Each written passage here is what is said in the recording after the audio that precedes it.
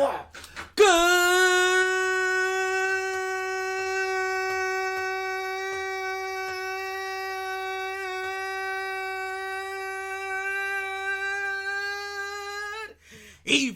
and welcome back to another edition of the MyT Sports Podcast. I am your host, the one and only Talent Martel. Wait, hold on, let's switch it up. I am the one and only Talent El Ídolo Deportivo Taylor.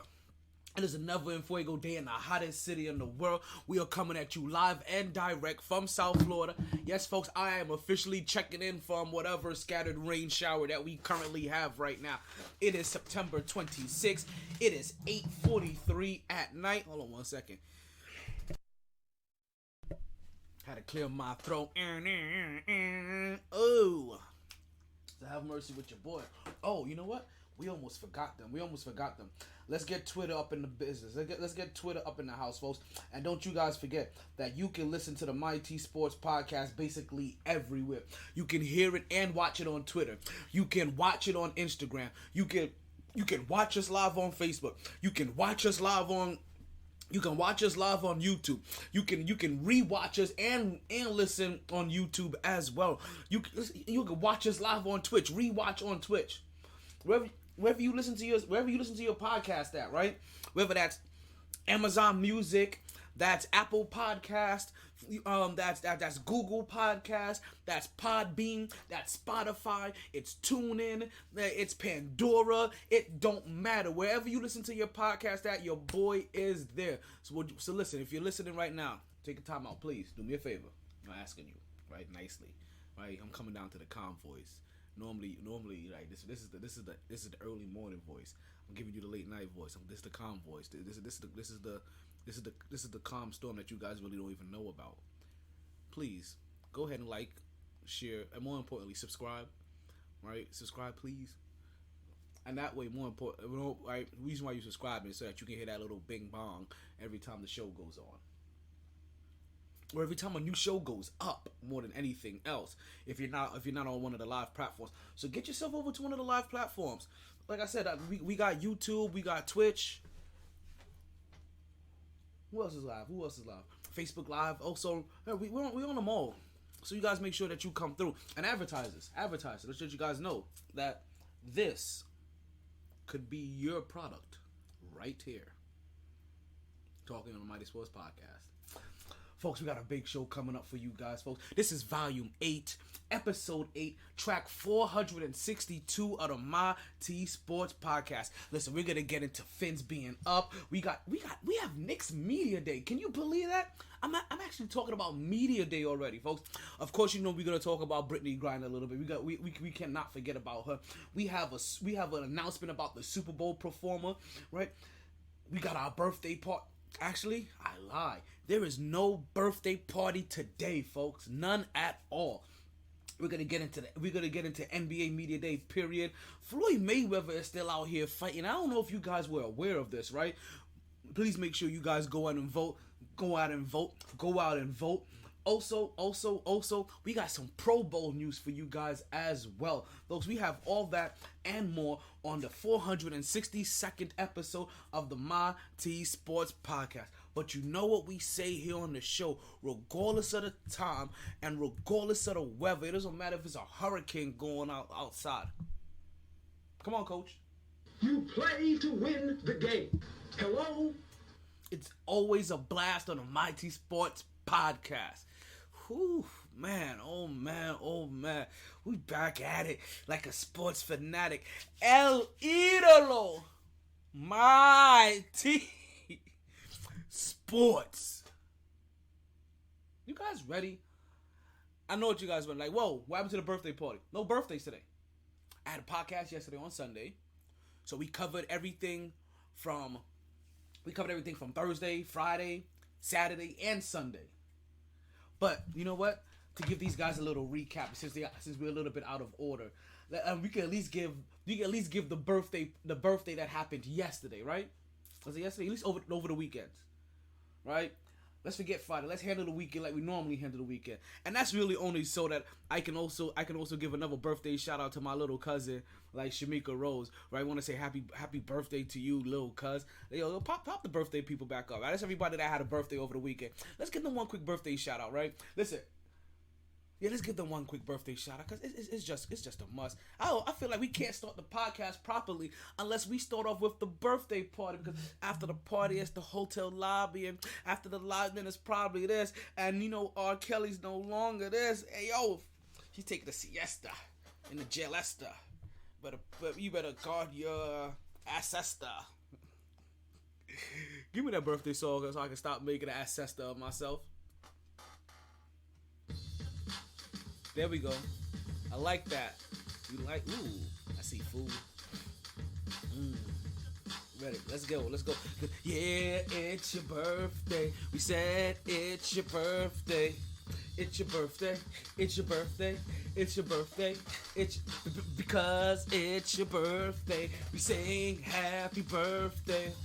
Happy birthday, happy birthday, happy birthday, happy birthday. Alright, over the weekend we had a couple of birthdays that we had, actually really just one special birthday. But I'm gonna give everybody the benefit of the doubt, right? Let's go ahead and give a shout out to Tony Miller, shout out to Lauren Beck, right? I also had, but also more importantly, right, over the oh, I thought he had something on this. Oh shoot. Glare.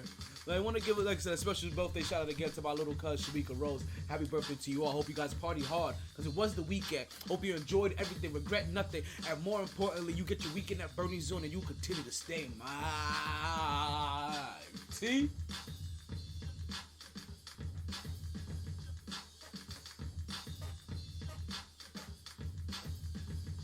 All right, cut it. Let's go into our first topic of the day, because I don't know if you guys may have heard in the beginning of the show, but we're coming at you live and direct from South Florida, and South Florida was going crazy. When we said we was talking about, they were going crazy last night.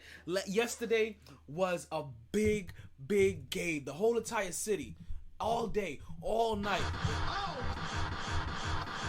baby. Let's get into our first topic of the day. First of all, Bills Mafia may have showed up, but it was the Dolphins players that showed out. In another, I want to say brilliant, in another gutsy. Let's call. I think that's the right word for it, right? In another gutsy game, and in another close game for the Miami Dolphins, Tua got a tongue twister, and Tua's about to maybe start putting some respect on his name pretty soon, right? But Tua got a tongue twister, pulled off another, not just a comeback victory, but another close victory, another late victory, but also it's a comeback victory in the ways that I don't think we were sure that Tua was going to play in this game, folks. But like I said, folks, before we get into the game, let's just talk about the fandom for a second. The fandom that was Bills Mafia, folks. And let you guys know that the phone lines are open. And folks, to call into the show, listen, the link is in the bio. I got a little Linktree link in there, right? You see that? You see that little sucker? You follow that Linktree link. And that Linktree link, you're going to see a little thing that says, call into the show here. Download the Podbean app. Right, click on the Mighty Sports Podcast, bada bing, bada boom, and you get into the room, and now you're able to call into the show. I know you heard it in your head. So if you want to call the show, call in, because Dolphins fans, I want to hear from you. I was out and about. I met up with you guys. I saw you guys after, I wasn't at the game, right? But I met up with a ton of fans. I saw you guys after the game. You guys were lit. Couldn't even, we're talking about, one eye open kind of lit, hey, yo, kind of, you know what I mean? I just caught a stroke kind of lit. That's how their face was looking, because they were so lit. And also, they were hype. And I could understand it. Could you imagine, right? When the season started, how many people had the Dolphins at 3-0, had the Eagles at 3-0, maybe the Eagles, maybe, but also had the Giants undefeated so far. They're playing their third game right now against their rival, the Dallas Cowboys, and you see Saquon just running forward, following behind his blockers, following behind his line. And you know what? You see it, right? You see it early as we talk a little bit about Monday night's game right now. We have Dallas versus the Dallas versus New York, the Cowboys versus the Giants, right? And they're in MetLife Stadium. They're in JetBlue Arena. That's what I like to call it, JetBlue Arena. Right? So they're in Jet, which I don't understand why JetBlue has not become the forever sponsor of, as long as they share a stadium. I don't know why JetBlue is not the official sponsor of that stadium. Like, it makes no sense to me. But let's forget about this, right? For half a second. You see Saquon running real well again, right? Another game where he's using his athleticism, he's using his fast twitchiness, right? And he's running forward, and first making sure he always gets forward or gets positive yardage, but also more importantly, not dancing so much that even going forward he doesn't lose yardage. He's using it to fake out defenders more than anything. I was like, oh, I'm going in. Stutter, oh, I'm going. Al Bundy on these hoes.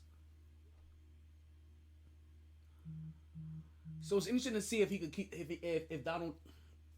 if Saquon Barkley, I just got a text message from Donald Trump Jr. Why? Because you should follow everybody, so you could always see what everybody says, whether you like them or not. I ain't gonna lie. Hold on 1 second.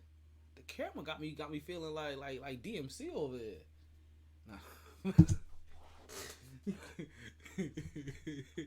Sorry, B. I know you just had a tragic injury. Like I hope everything works out for you, and nothing continues to go wrong. But also part of the reason why your name pops up in my mind, right? Is because I'm gonna need you here on the podcast.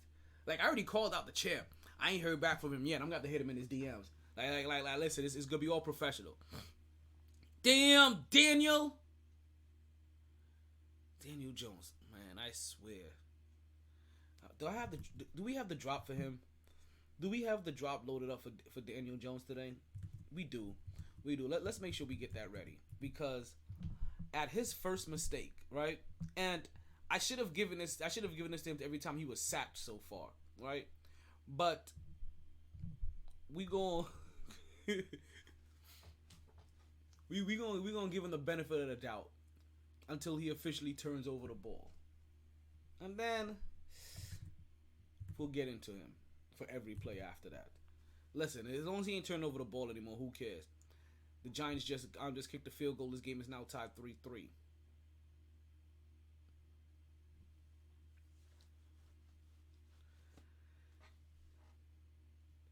I like what's happening here, but let's move forward, right? Let's continue to move forward, and let's move forward directly into let's get right back into these Dolphins game, right? Because they were here big time, right? Like they were here and they were here big time. When I say big time, like they showed up, like they showed up in a way that was unexpected. And what I was saying before I got a little distracted is that, can you imagine, right? Nobody could imagine before the season started, because you didn't hear one person say the Dolphins are going to be 3-0. Nobody imagined that maybe Philadelphia Eagles, but nobody thought that the Giants was going to be 2-0. Like some teams have really started off really hot, and some teams have started off in a slump. Again, this is that turnaround that the NFL always has, right? Where you always hear them say there's about 6 teams or so on average, right? Or 6 new teams to make the playoffs, which means that there are 6 teams that made the playoffs last year that are going to fall short. Now, as interesting as it is to see what teams fall short, it's even more interesting to see which teams actually make it in there. You see the Giants making an early push, right? You see the Dolphins making an early push. Philadelphia Eagles, I think everybody expected them to be there. You see the Jaguars making an early push. Early. Early. We're still in like the first quarter of the season. Is it still the first quarter of the season? The first 4 games, since they added one more game. I mean, it's not really that. I mean, where we at now? 17 games, 18 games to 17 games. Yeah, so I guess you know what. Let's wait until after 5 games. Right, and everything else we'll judge by 4s. Is that how should we do it? Or maybe we don't count the last week. Nah, we gotta count about 4s, and then the last week we just won't count. We'll treat it like fantasy football. Like that week we're not even gonna play. Like you welcome you happy, Lewis? Are you happy? You happy? Like we got it down to we got that last week out of there. We put it up for a vote. It ain't my fault that the knucklehead people that we're in the league with don't know how to. I'm talking shit about all of you guys. They don't know how to cast a vote on a fantasy. I think some of them couldn't even see it. I'm talking shit. I'm talking straight cash shit. But it's okay though. It's okay. That's what we do here on the Mighty Sports Podcast. That's why it's always a blast. I'll be blasting people for no reason at all. I keep telling you guys, all I do is speak in double entendres. Well, ooh. So the Cowboys just got a nice little kick return, but he almost fumbled that ball. I think they're real lucky these days, right? That the ruling has come out that the ground can't cause a fumble anymore, right? Because the way that a lot of fumbles that we see today would have been called fumbles 10 years ago. So it's going to be even more impressive now to me, I guess. When, oh my God, he just broke one. Holy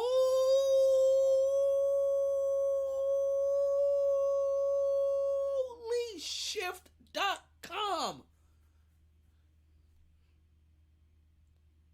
Scott Pollard. Hope that's his name. First name is Scott. I wanted to draft him too. Did I draft him and he's on my bench?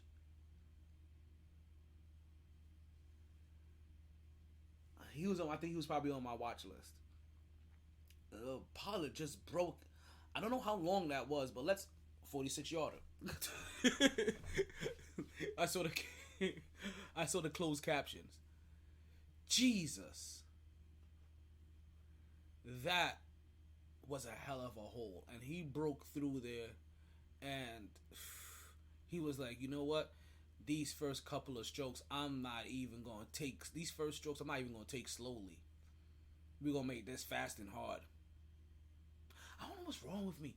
Why is everything a sexual innuendo with me? It's sexual innuendos and double entendres, triple entendres all over the place. Let's see how the Giants' goal line stances or red zone defense ends up then. Because if they can hold them to a field goal after they just exploded for a 46-yard, damn near a 50-yard run, then that should hopefully be some motivation for the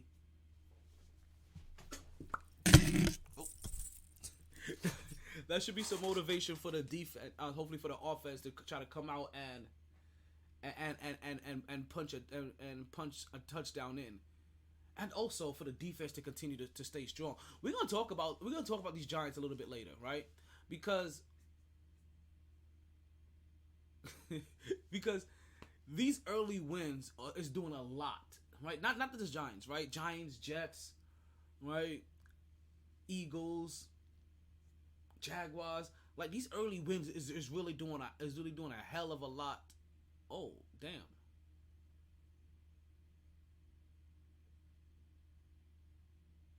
That was definitely pass interference. They completely missed one on that one. That is, oh man. They completely missed a pass interference call on 3rd and 3. And we're talking about a pass interference that would have put them on the goal line, and then you know what would have happened then. He would have started eating that up like it was Pac-Man power pellets.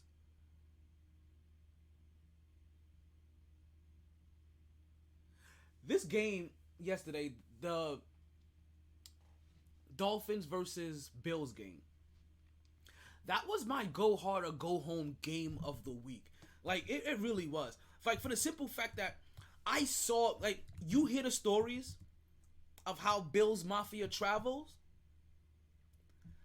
We witnessed it down here. We're talking about, and I know you guys have seen it too. Listen, you guys saw the pictures, right, or the video. It still didn't do it any justice. Let's get into that. Hit me one time. Go hard. I'm so jacked right now. Go home.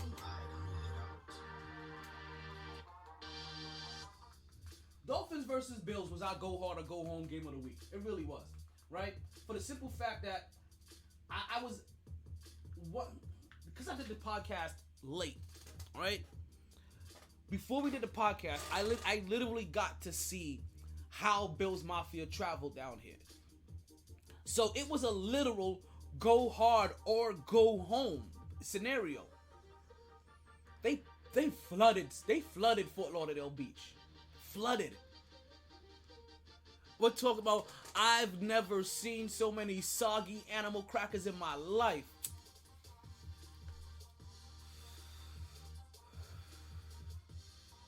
And this wasn't an easy game. Dolphins fans, like, they were nervous. Like, they were nervous. And they rightfully so, they should have been.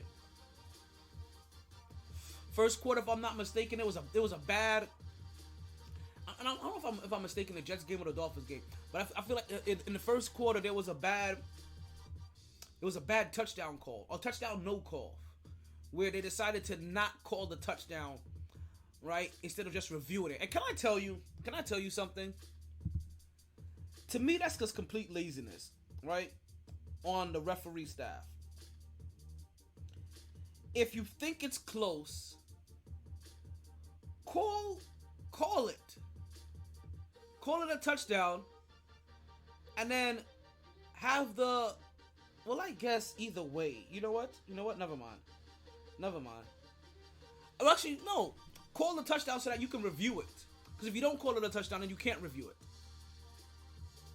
But instead, they don't call it a touchdown. They force the offense to, like, yo, you want this touchdown, to go use a review. It's like they're purposefully,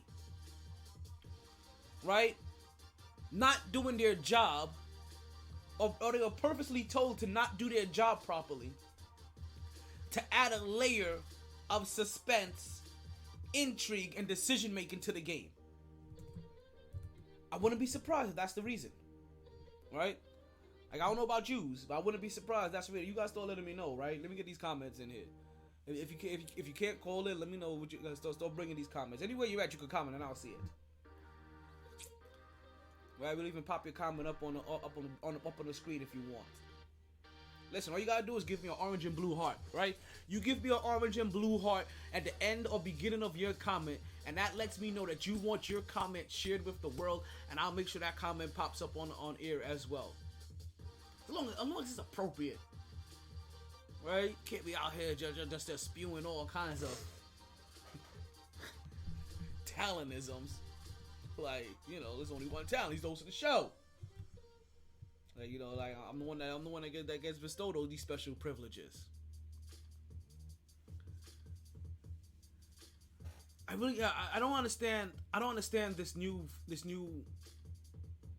trend, and I'm gonna continue to watch.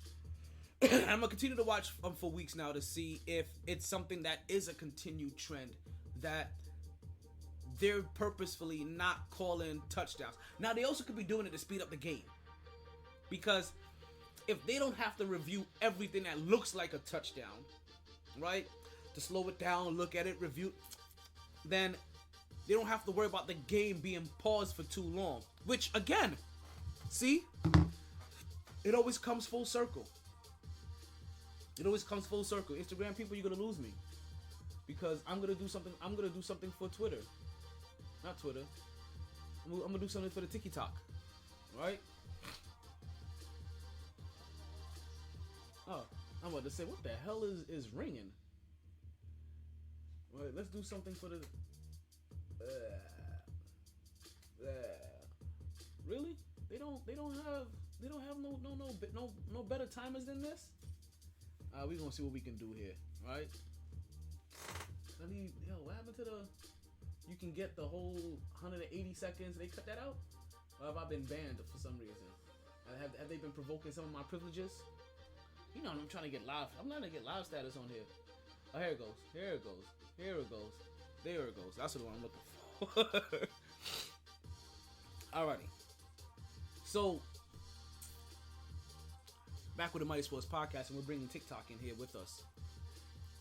It all comes full circle, because I feel like the NFL is purposefully making referees not call touchdowns so that the referees don't have to review it. And maybe just so they can keep the game sped up. But you wouldn't have to worry about that if you adopted my philosophy that have been given to you for free. NBA too. No review should be longer than a play clock. None of it. NBA, boxing, breaks in between, football. Best example I can give you guys is football, NFL. That 35 seconds that they get, that 30 seconds, the 24-second shot clock, reviews should not take longer than a play clock. And then what you do with that play clock, you put that in a picture-in-picture, and you run an advertisement with a little picture-in-picture. So you're also not even going anywhere. You have advertisers pay for that moment, right? It's gonna be about 30 seconds anyway. 20 to 30 seconds. That's perfect for a little quick commercial, isn't it? Right? And also by the time they come back, it's gonna take that whole entire time. But also, right? I just showed you how to quicken it, right? I also just showed you how to make money. So I just showed you how to quicken the review, and I showed you how to monetize the review. More importantly, if you're trying so hard to cover your referees, you still get the opportunity to cover your referees. Because now instead of them taking 5 minutes to review something that looks blatantly obvious, now they only had 24 seconds. Now they only had 35 seconds. You could have missed something. So they can easily now say, with the time allotted, we did not see enough information to overturn the call or to do X, Y, Z with the call. And that's how you improve your review methods. And at least in a way so that this doesn't have to happen. Where it looks like you're blatantly not calling touchdowns just so referees don't have to review it. Let me say that again, right? So that it looks like you're blatantly not calling touchdowns just so referees don't have to review it. Because then that's just being lazy and irresponsible. And that's not what we want. That's not what we want here at all.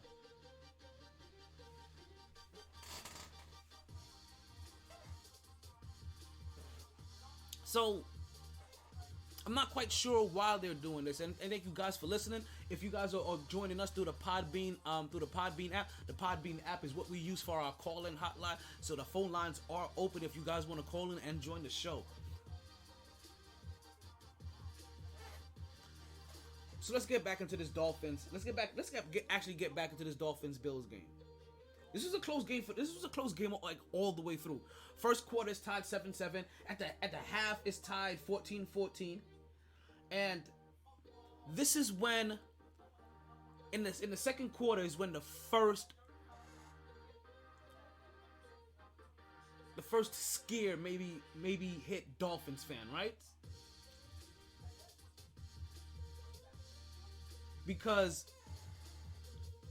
Tua takes a late hit, right? Or what's constituted as I'm gonna not get into semantics, right?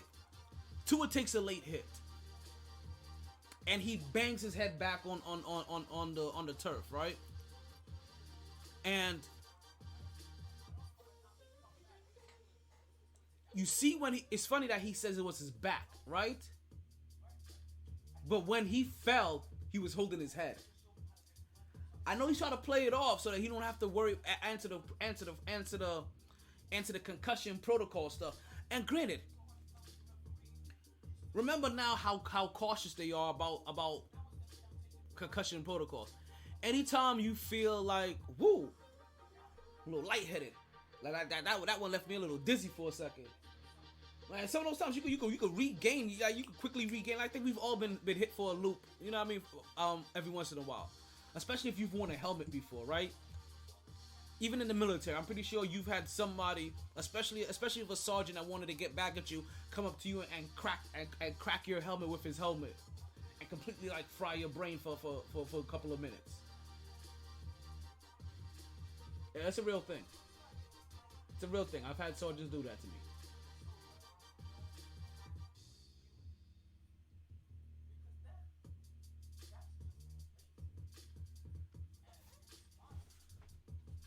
So he gets cracked.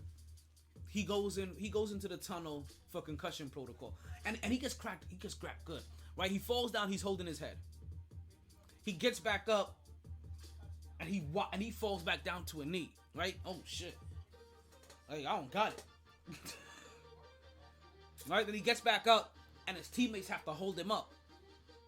Right? Training staff comes up. Nah, I'm sorry, B. Like, you're gonna have to go into the back and at least fake the funk for a second. They take him into the back. I'm pretty sure they did the old school thing to him. Give it a little sniffing salt. Oh, here goes a shot of bourbon. If it was Deshaun Watson, I'm pretty sure they would have had somebody backstage to massage his taint. Right? But a little smelling salt, a little shot of bourbon, a little shot of Henny, a little shot of Douce. Alright? The Casamigos, whatever Jay-Z's new Henny. I'm cognac is, right? I always forget sometimes. And have him wait a while and put him right back out there.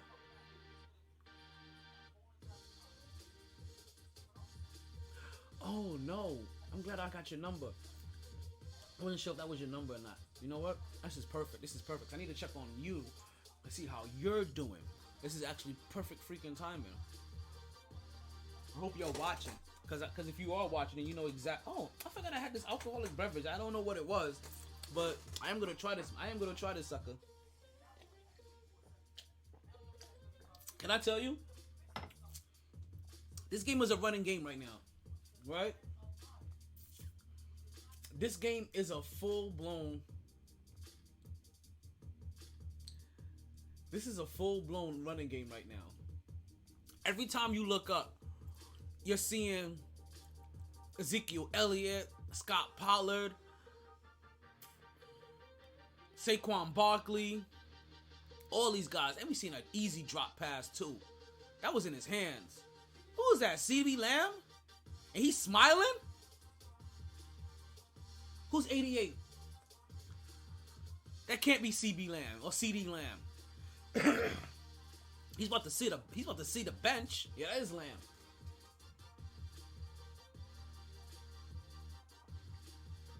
I can't believe that he dropped, and that was in his hands. All he had to do was stretch out. My bad. That could have been the game-winning touchdown right there. I'm sorry, like, I'm not even rooting for the Cowboys, right? I don't ever root against New York. You know what I mean? I don't ever root against New York teams. Let's just put it that way, right?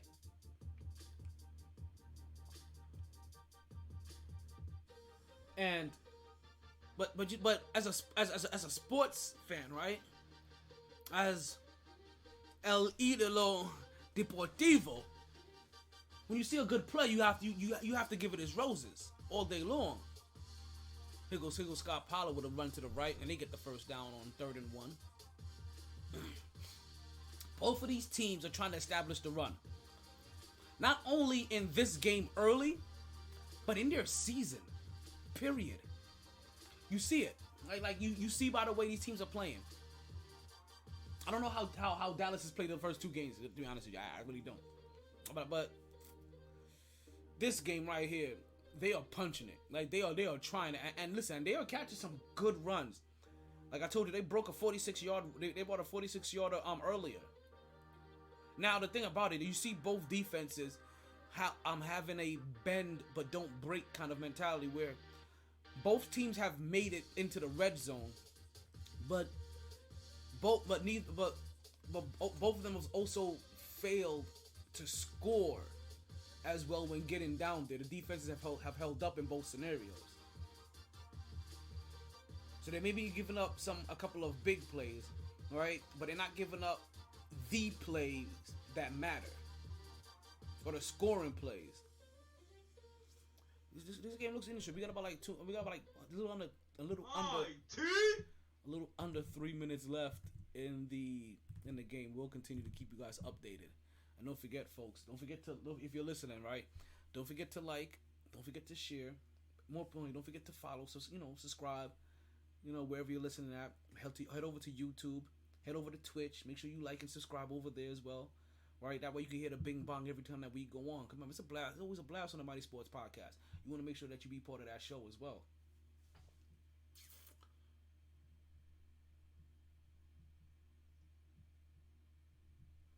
So, second quarter happens, Tua goes out, right? Looks like he's concussed. They give him a little smelling salt, right? Ooh, that was close. He comes back in, and again, just a slow, steady pace. Like, I may start calling him Tua the Tortoise, right?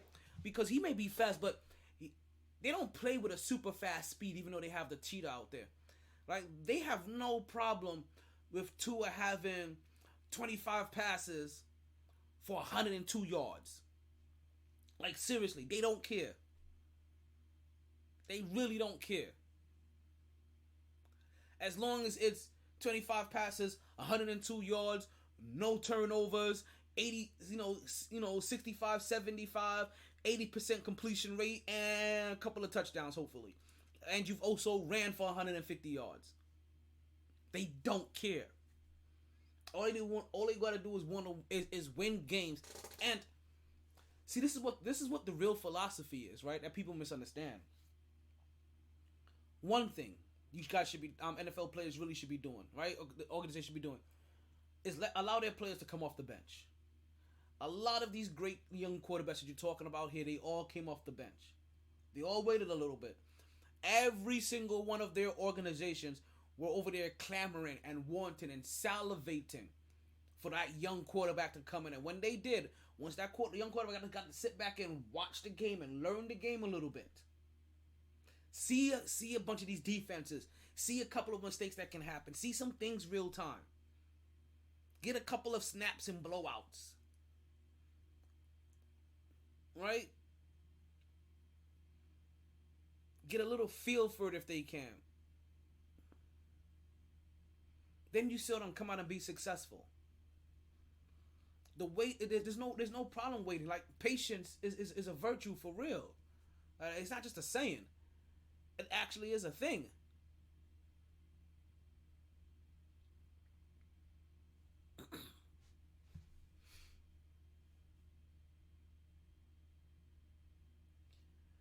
I'm here for all the cross talk, right? I'm here for all the shit talk. You guys know this, right? Whether it's from fans, whether it's from players, whoever it's from.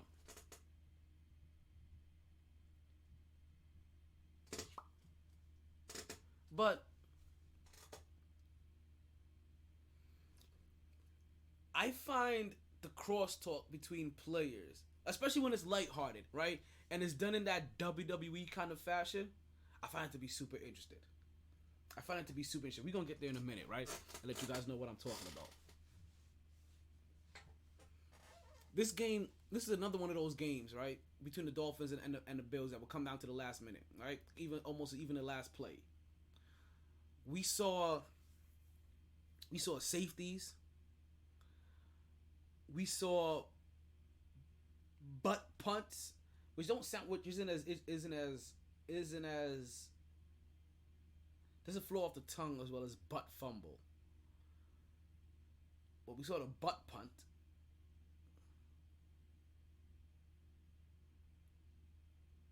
And yet, even with all of those things against the Dolphins, they still managed to win.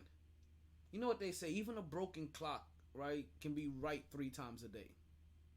Or even a garbage can gets a steak. You know, is that what it says? No. Even a broken clock can be right 3 times a day. Something like that. I think that's what the saying is.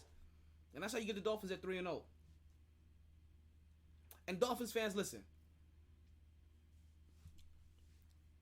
I want to tell them to calm down. But, you know what? Enjoy it. Talk your shit while you can. Because you know what? Sports fans of certain franchises, right? Like I see some Bills fans, right? Yankees fans, Giants fans. Well, Giants fans, not this year. But some fans of some franchises, they really take the joy out of being a fan all around out of it, right? Because even when your team is doing good, and I don't care how good, right? Even when your team is good, even when your team is having success, they refuse to enjoy it in the moment because they're thinking, oh, well, how is this going to be when it comes to champion? Let me let you know, and listen, even though this is the sports world, right? And this is the one area I tell you that this is where we can be irrational. I never understand this commercial, this Experian commercial, right? Like all of a sudden, like the wall explodes open, and then you see this guy like he's catching a seizure or whatever. A cow comes out of nowhere, and the next thing you know, there's like this floating. What was this? Like some floating thing beside a cow in a window. Like I don't get it. But let's get back.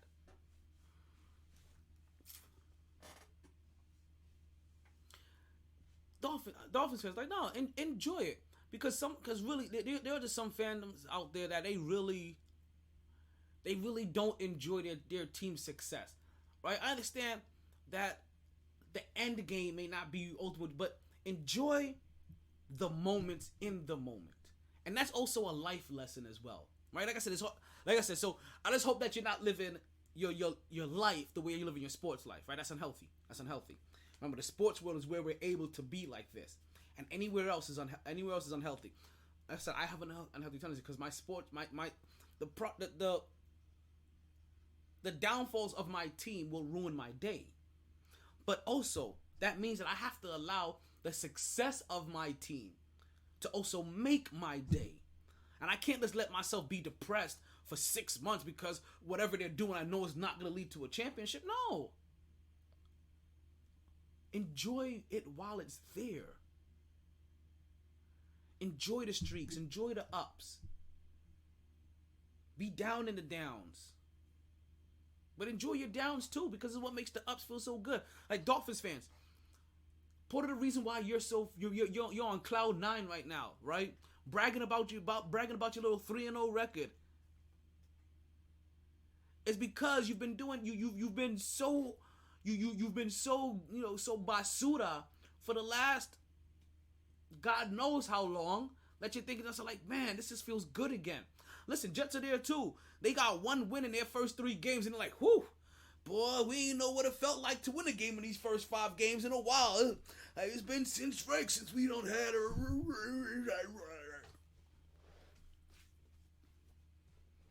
So I'm here all for. I'm excited. I'm listen. In a very weird way, I am happy for your losses, and in a very small way, I'm also happy for your success because I want to see the energy. That's all I really want more than anything else, right? Is that I want that energy to show. Because it's that energy that... Oh, wait, did I? For a second, I thought I did it. I think, wait, did I not make this in TikTok? Or did I I don't know, I think I did it in both. I did. Okay. I was about to say.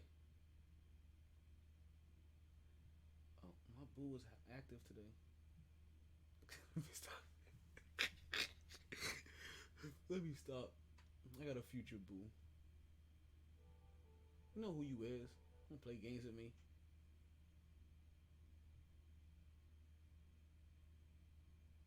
Alright, let's get back. Like, I gotta trying to get out of here. So you know what? Let me take a quick pause. Y'all been seeing these trends, right? Like these vids, right? These little videos. And there's this video out there, right? Where it's, can I get a right? And I see some of the weirdest quotes on there, like, oh, teaching my son or my daughter to not nobody dim their inner sparkle or whatever the hell it is. And I'm like, the fuck are they talking about? I'm like, all of a sudden, you're trying to talk about your kid, like, expressing their inner circle. I'm like, no, you're trying to teach your children how to go Super Saiyan over there. Listen, it's a problem. Listen, it was a problem when I do it. It's okay when they do it. It's a problem when I did it. When we were trying to go Super Saiyan in school, it was like, yo, what the hell is wrong with these kids just yelling in the middle of the hallway? Now, it's okay. You trying to say, like, oh, listen, come here, little one. Come here. Can I get a... And now it's okay. It's their inner sparkle suddenly. Fuck out of here. Like, you trying to teach your kids how to go Super Saiyan. I get it. Like, you don't have to feed me the BS, okay? You really don't. But I see how y'all keep liking. This is another one of those scenarios where they just keep trying to flip shit in to fit their own little narrative. Like, stop it. That is how you go Super Saiyan. That is not no inner sparkle. Well, you know what? You know what? Actually, in Dragon Ball Super, when he met the Saiyans from Universe 9 or 7 or whatever it was, he did say turning Super Saiyan felt like a little sparkle in his back, and then it fired off, and then bam. You know what? You know what? You guys are clever. You guys are clever. It could still be the inner. It still could be you guys trying to teach him how to go Super Saiyan. You're just trying to hide it. You ain't slick. We're on to you. We see you. We see you all. Dolphins fans, call up. Don't forget, we're still waiting for you guys. I know you guys are happy about your victory. Listen, this was a game all the way to the end, and once again, it came down to for Josh Allen. Late game execution that really put the nail in the coffin for him. It's just that they get it out to a receiver that doesn't understand time management, and instead of getting out of bounds, he's fighting for more yards. When they get the ball, they're not able to get down there and spike it in time so they can get off a field goal. Poor time management. Poor situational football. But you know what? Ooh. You know what? Diggs just tried to blast Kenny Galloway, right? And in doing so, he injured his own self. And I wonder if they're going to call a hit on a defenseless receiver. No, they're calling a hit on... Wait a minute. You read lips? It's on the offense. This would eliminate a 20-yard complete. Wait, what the hell? Are they calling something on Sterling Shepard? Okay, let's see here. So he's running his route. Oh.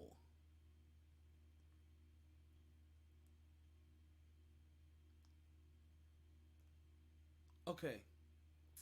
I take that back. Stefon Diggs did not hit somebody and try to blast him and hurt himself. There was a crossing route, it looks like. And what happened is that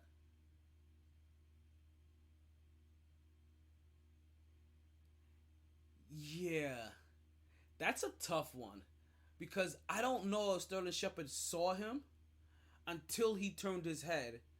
And I think that Diggs was coming in to blast him in case he was got to be the guy catching the ball over the middle. That's a tough call. And they screwed the Giants on that one. They really did. They really did. Now it's 3rd and 23. Completely eliminated a 21-yard reception. This is probably now going to end up in a punt. Now the referees are calling something else. Did he get a delay of game? The play clock was at 0? Say it ain't so. The Giants are literally crumbling before our eyes right now.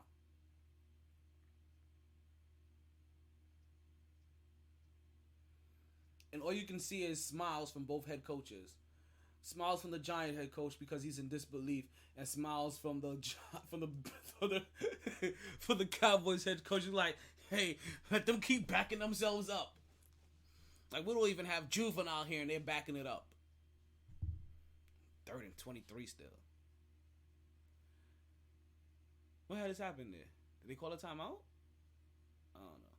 They do a shuttle pass, 1 yard. They gonna let Saquon try to take it. They said they play it safe. Saquon gets 20 yards on that one. I wonder if they're gonna go for it, folks. We have 8 seconds left before the half. It's 4th and 2.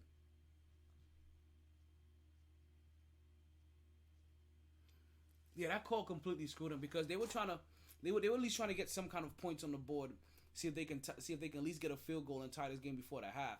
So you see them trying to get back yards that they already had. So now they're gonna have to try to get the first down, right? Hopefully, and then not only get the first down, try to get within field goal range. Your field goal range is almost like 50 yards for kickers these days. So they're just about in technical field goal range. And we'll see what continues to happen. We'll see what continues to happen. And we'll also see if the Dolphins can can continue their winning streak.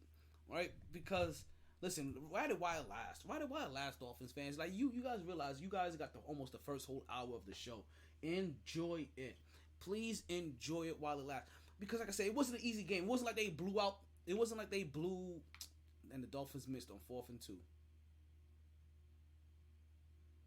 What looked like a horrible pass and a horrible decision and a horrible play and horrible but you know what? Kudos to the Dallas defense, because what it looks like also is that you can tell that they were probably trying to go to the sideline so they could catch the ball and get right out of bounds, and they played them for that. And you saw 3 men surrounding, I think that was Sterling Shepard that caught that ball.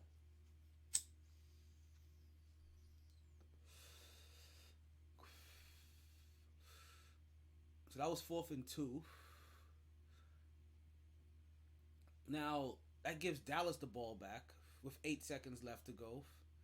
And they're going to try the same thing. That looks like they may try the same thing that the Giants just tried.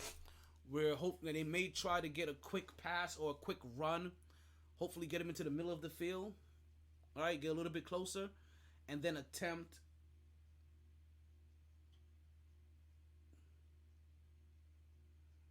a field goal. Let's see what happens here. This is going to be interesting as they go into the half. And then once they go into the half, don't worry, folks. There'll be a whole lot more focus, and we'll get back into the rest of the podcast. We'll take a little quick break our damn selves. Right? Crack open this sucker. I still got this here. I'm surprised I ain't even drink it yet this whole entire time, because you know it's not in front of my face. And folks,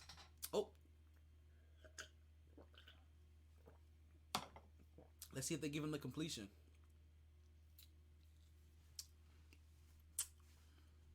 I think they did give him the completion. They called the timeout. He got it to the tight end, number 81. Yep. He falls, lets the ball go, starts calling timeout. And now he's going to try a field goal within his career high. We'll see. This is one of those things like they say in basketball, where you're like, oh, this was like a 21. It's like, or this like when they miss a easy field goal, easy 3-point play, another team comes back and scores. We're like, yo, that's a 6-point swing, even though it was only 3 points. Like, no, like you had the opportunity to put 3 to 7 points on here, and now you're allowing them to put 3.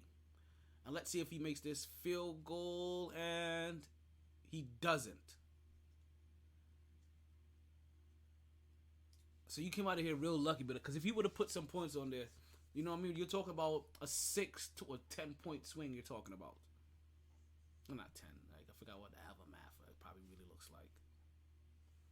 +1. So instead of +4, it's +1. You know, something like that. All right, they're going into halftime. We can refocus. Let's continue to go. All right. So Tua got lucky, right? I'm gonna say this: like Tua got lucky, the Dolphins got lucky. Tua got lucky because they allowed him to come back in that game and finish it off, right? And they cleared him through concussion protocol or whatever concussion protocol. There was going to be an investigation by the NFL Players Association, most likely even the NFL himself, to make sure that the concussion protocol was followed correctly. Because remember, that concussion protocol is not only to protect players, but also to protect the NFL and also to protect players from themselves. Also to protect teams from themselves. Because we understand everybody's a competitor. No quarterback wants to go out. And Tua's a young quarterback. Right? He knows what's up. Remember my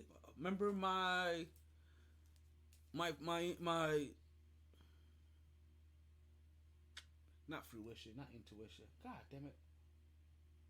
Forgetting the word I was looking for. But remember what? Oh, that's right. Myles Garrett was involved in a single car accident earlier this week. Or I think today. The car was completely crumbled. He got out. He had sprained his pinky. That's one tough dude. Mac Jones, high ankle sprain. Rashad Slaughter, torn left bicep tendon. Trent Williams, high ankle sprain, out 4 to 6 weeks. Rashawn Slaughter out for the season. Mac Jones game to game.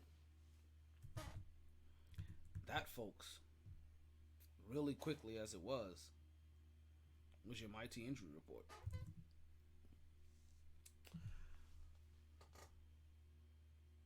The Dolphins got super lucky, right? But the NFL and NFLPA, they're gonna go ahead and they're gonna investigate the whole entire thing to make sure that everything was followed properly. And if they don't, what's probably gonna happen? The team or the organization is gonna get fined. They'll probably lose a draft pick. It's not like they're gonna come back and say, "Hey Tua, you gotta miss 2 games now." They're not gonna do that. But listen, we said is there the just dropped it right through his hands. Like I said, and it's a rule that's there to protect them from themselves, because players are going to want to play. Tua knows that he came into the league injured, right? Since he's come into the league, he's got injured again since then, right?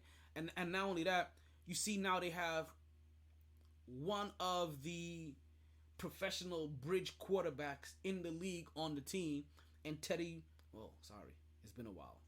Steady Teddy Bridgewater on his team as well. So he's not going to want to give up that spot to Teddy. Listen, there were 2 quarterbacks that we said they're not going to start. There's 2 quarterbacks that we said that they will end up starting at some point in time this season. And it was Teddy Bridgewater in Miami. And it was,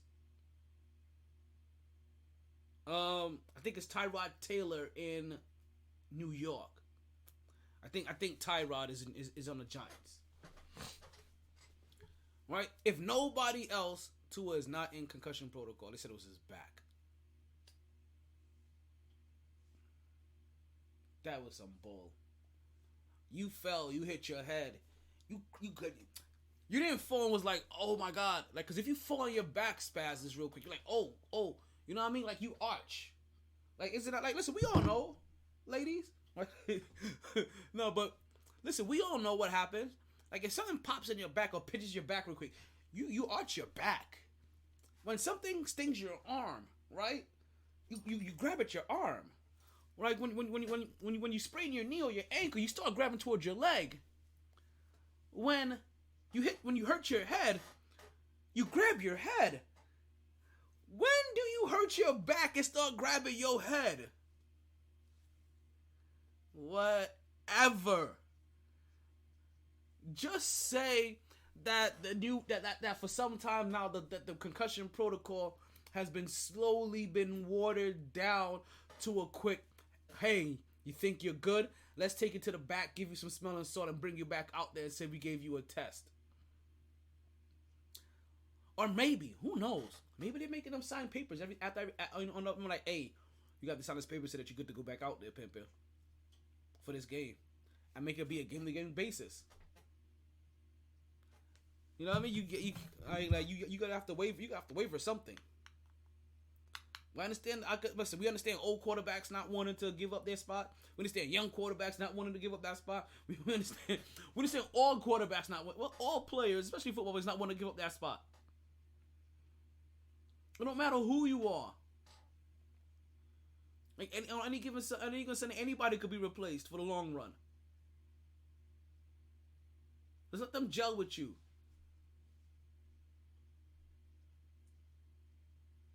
And speaking of gelling, on yesterday, right, when we did the podcast, we looked at some of these betting numbers, right? And we decided that we wanted to see how we would do if we were to bet on certain aspects of this game. And can I tell you, if you guys would have listened to me, you may have come out a little richer. Because I was looking at this, I was like, it can't be this easy. It can't be this easy. And au contraire, mon frère, sometimes it is. We're going to go over those betting results right after this quick break.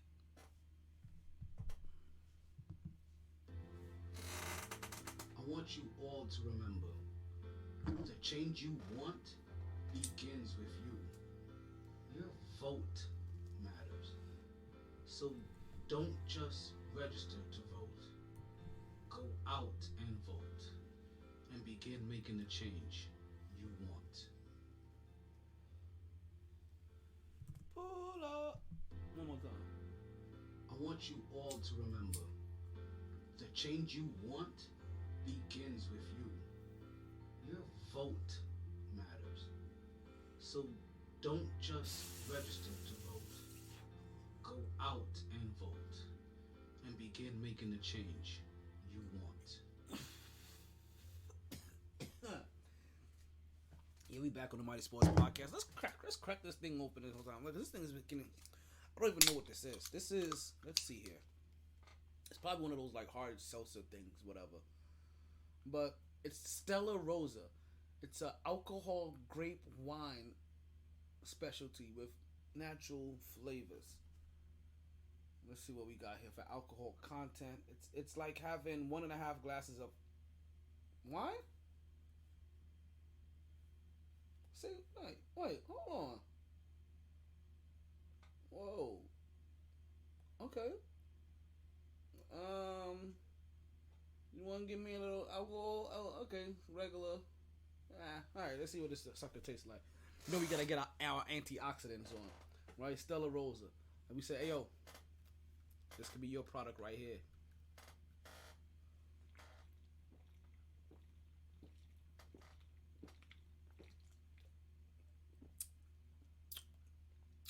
It's pretty fucking good. That's pretty damn good. You actually taste the blueberry. If it is real blueberry, you can taste it. That one was good. Let's just hope that by the time I'm done with it, I really feel like I had a glass and a half of wine. So, when we did the show yesterday, I decided to go over some of the betting numbers for Josh Allen. Right? And you guys know I'm not a betting person myself. Right? But I wanted to see how things would look. Because I'm like, you know what? It's one of those things that always pique my curiosity. Like I'm always curious, like, how would I do if I bet? Because I feel like I'm a calculated person, right? So I wonder, how would I do if I bet? And I decided to look up the Josh Allen numbers. Right? And here were his numbers that they had for his spread. Over under was 280 yards. 1.5 yards for a pass, or 1.5 passing touchdowns. 34.5 passing attempts. 24.5 passes completed.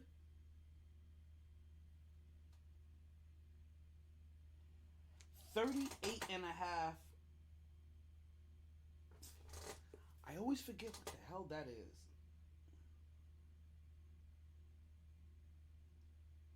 But also a half an interception. And that's about where I stopped at, right? For the most part. There was also a couple of other lines too that I saw. And we'll talk about that. Now, let's talk about these numbers, right? 280 yards passing. I thought he was going to go over. He passed for 400 yards.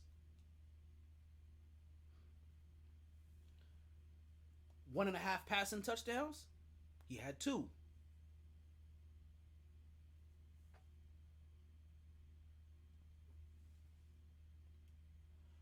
$34.5 passing attempts. And I thought he was going to go over on that, on passing touchdowns. 34.5. Yo, can I get a little something? A little something back here? Just a little something. All right, give me the go hard or go home. No, actually, no, give me the... Love to see it segment of the week. Give me that shit. Love to see it. Nah, because we got to say that for somebody else. Give me this again. Go hard. I'm so jacked right now. Or go home. Item it out. Unless that's, we know we got to get you guys a gambling one. Because the only reason I'm running this again, because this is the go hard or go home game of the week. And yeah, no doubt. So we had him for 1.5 passing touchdowns. He ended up passing for 2, right? We picked the over. 34.5 passing attempts, right? We picked the over. He had 42. 24.5 pass completions. Right, sorry. My bad. 34.5 pass attempts. He had 63 passing attempts. 63 passing attempts. 24.5 pass completions. I picked the over there as well. 42 pass completions. I'm telling you, I would have eaten. Oh, I would have been happy today. They would have lost, but I would have been eating like a king today.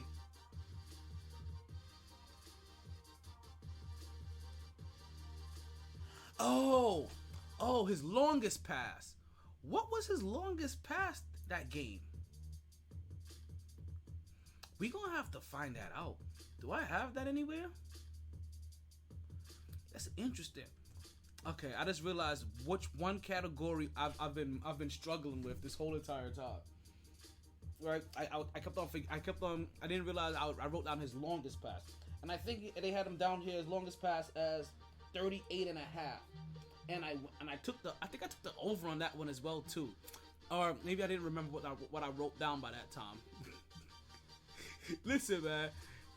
Like sometimes you write shit down and it ain't and you don't get it. But his longest pass was 28 yards. I was gonna take the over if I would have remembered what the hell it was when I talked about this on the podcast on Sunday. And lastly, not quite lastly, but lastly, the ones we mentioned so far. So I would have lost money there. For full disclosure, I would have won on the total yards, 1 on passing touchdowns, 1 on passing attempts, 1 on passing completions, but lost on longest pass. I think it would have been all right. Cause so far I would have 1, 2, 3, 4. I would have had 4 winners so far. And also interceptions. He had his interceptions at a half an interception, the over under. And obviously the money was on the under, and I took the under. I'm telling you, I was cleaning up. I was cleaning up in this game. Now, this is the part that kind of confuses me. This as a person that generally doesn't bet. There was a couple of numbers out there that I was willing to also take. There was a number, it was plus 115 on him having 1 touchdown, plus 700 on him having 2 touchdowns, plus 3,000 on him having 3 touchdowns. And I was willing to bet on them all. Meaning that you would have won on the one touchdown, won on the 2 touchdown, lost on the 3. Again, we're talking 1, 2, 3, 4, 5, 6, 7 hitters out of 2 misses for the night. You would have broke bank. I would have taken that. I would have lost 200 to make whatever it was in the profit of the other 7 that I hit. Let's just call it let's just make it even. Let's just say I would have won another 700. So I would have won 500 for the day. But some of these were also other hitters. Like 2 touchdowns for 700 alone.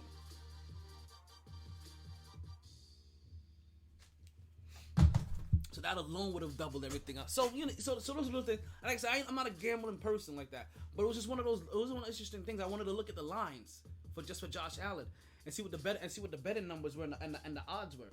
I think the Bills were a 4.5 favorite. I'm a 4.5 point favorite, right?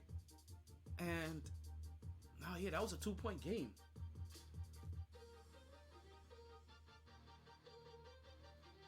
Let's see, the money line was 205. Total 53 points. How many points did they score in total?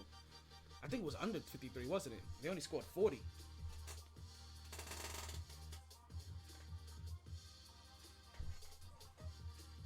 So listen, little things like this may make me experiment. And I'm one of those guys, like, I have no problem experimenting with $10 at a time. And then I'll be like, you know what? We'll bump it up eventually. Like, I am fully one of those guys. Like, I'll be here making $10 bets all over the place. Like, hey, yo, nah, I think this is going to happen. I think this is going to happen. I think this is going to happen. I think this is going to happen. And let's see what happens. Alrighty. Let's officially move off these Dolphins. Let's officially move off the Bills. Right? And let's get into the rest. Let's get into the rest of these games, right? We got some Thursday night football coming up, don't we? Right? No, sorry. That was yesterday's show. My bad. We got some media day. Right? We had media day. What media day? NBA's media day. I know you want to like, oh, Tay, it's way too early. Like, it's way too early to be talking about basketball. Like, yeah, you bugging. Like, but it's not too early. October 4th is the Knicks' first game. Granted, it's preseason. So I said 5th. Did I say October 5th? I said October 4th is the first game. I don't know. But October 4th, the 4th, is the Knicks' first game. That's about 2 weeks away. You guys realize that? Not even. We'll be 10 days away from it. Less than 10 days. Had to do some quick math. Well, listen, we might be like 8 days away. So we're just about a week away. So we're less than 10 days away. Less than 10 days away from the beginning of the NBA season. We had media day today. And what that means is that with media day and with basketball, that means we get the return of that Knicks talk. You know, whoa, calm down, Jamal. Put the 9 away. Let's bring that down to a 2. There we go. You don't got that Knicks talk. You know I stay with that Knicks talk.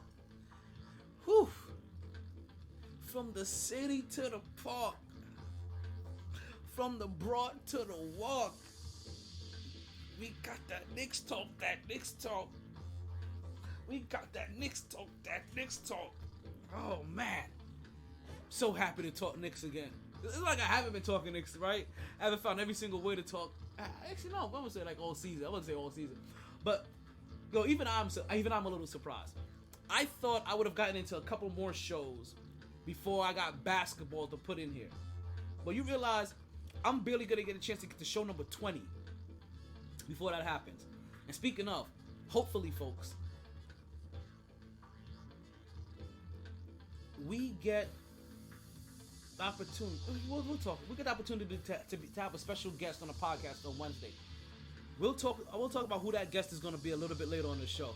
It's going to be a special. I've been dying to get this person on the podcast. You guys have no clue. I've been dying to get her on the podcast. And if it finally comes through on Wednesday, I am going to be so happy. Like you understand? I may be starstruck. She's like a local celebrity. She really is. Like, I don't know how many of you know the local famous actress in your neighborhood, but that's what she is, right? So like I really can't wait to get on the show. We're gonna talk about that a little bit later. We'll talk about some of the things that she's doing, right, in her community as well. It really is impressive. We can't wait. Big things are coming. Not only that, I'm really trying to see if I can get a couple of other people that I know personally, right, that have podcasts, to go ahead and reach out to her as well. They're also in this local area, and so we could go ahead and get a little round robin of promotions for you. Listen, man, people don't understand. Like, I work so many things behind the scenes. Like, it's not even funny. And then I come out here and I spill my guts to you guys, and I'm like, listen, I may have blown the secret, but that's only if you're watching the podcast. And if you're watching the podcast, then it's not real. And really, I just told you, it's because it's only me and you here, right? There's nobody else. It's just me and you here. Right. So we had media day. Listen, I don't care how many bets I take. I wouldn't have betted I would talk about basketball today, unless something tragic happened in basketball, like what happens with Myles Garrett getting into a car accident. Right? Like that would be the only way I could see myself. But that's not the case. We just had a regular old media day, and for about a good hour and a half, you got to see all of the key individuals for the Knicks take a spin through there, right?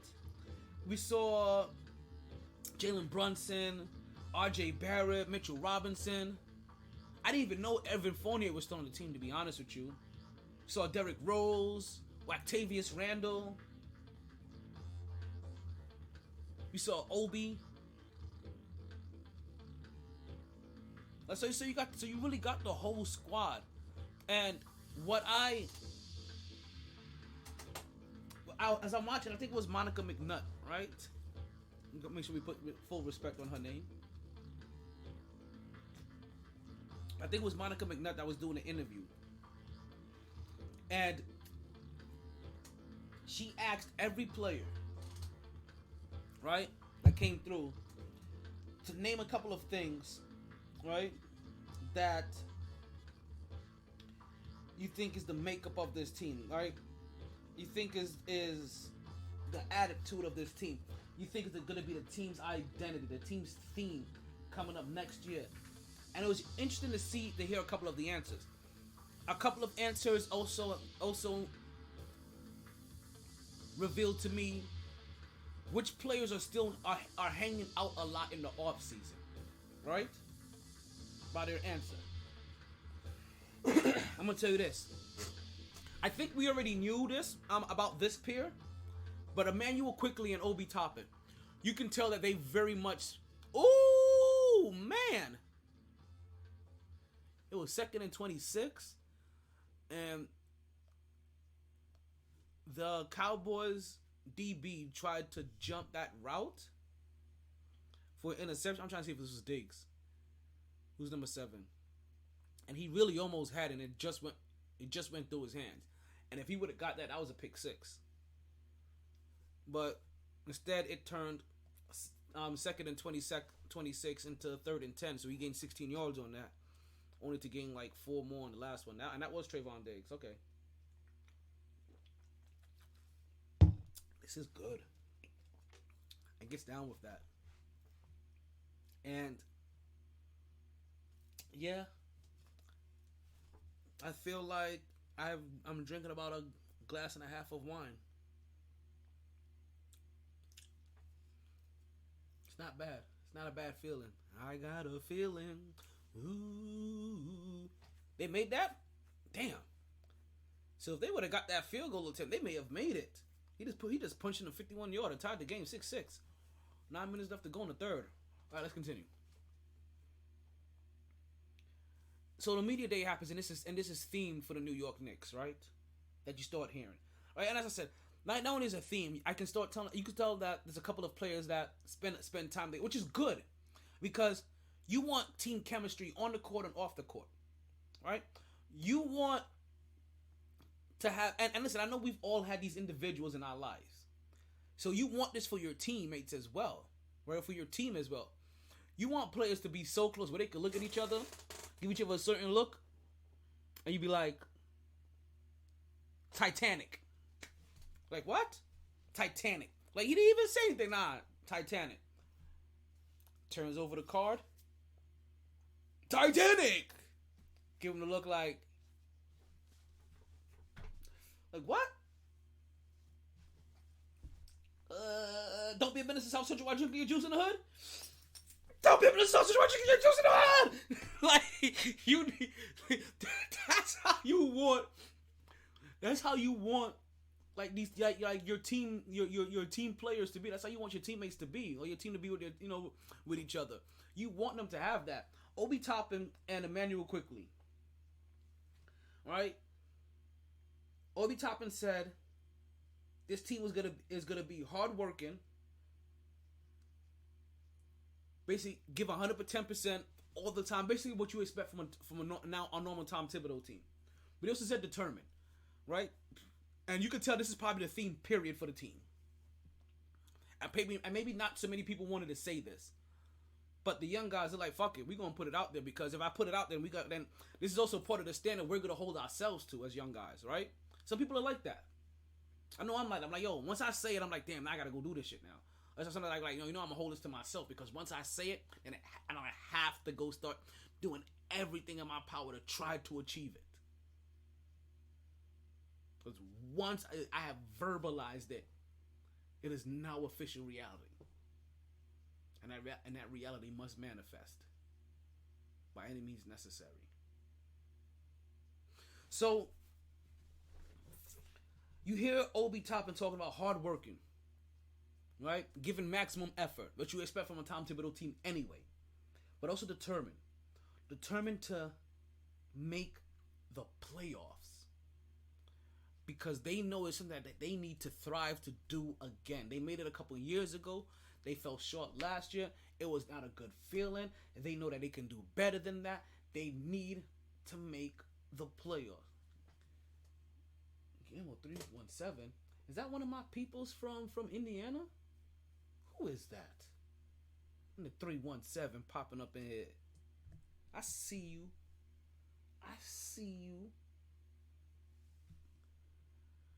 Can we get the birthday captions taken down? Thank you, Pimpin. Thank you. Ooh, let's not forget about a couple of these other things. So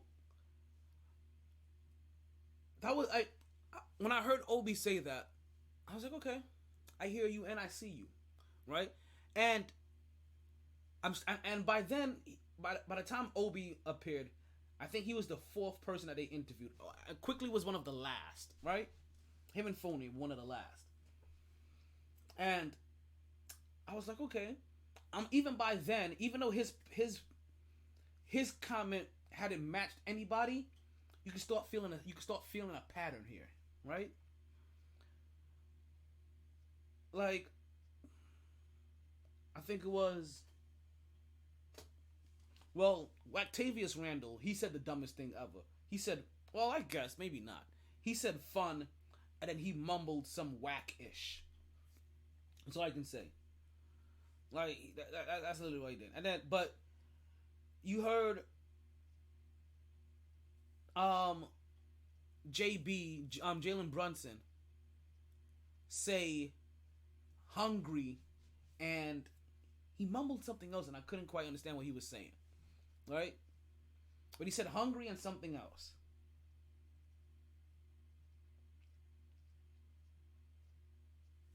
RJ Barrett says hungry and motivated, right? Jalen Brunson says hungry and whatever he says. and he starts to understand, okay, they're motivated, right? That motivated comment, that's to making the playoffs. That motivated, determined, that's because they want to make the playoffs. Dedicated to make the playoffs. 100%. Make the playoffs. Hard working, Tom Thibodeau team anyway. Mitchell Robinson's dedicated and motivated.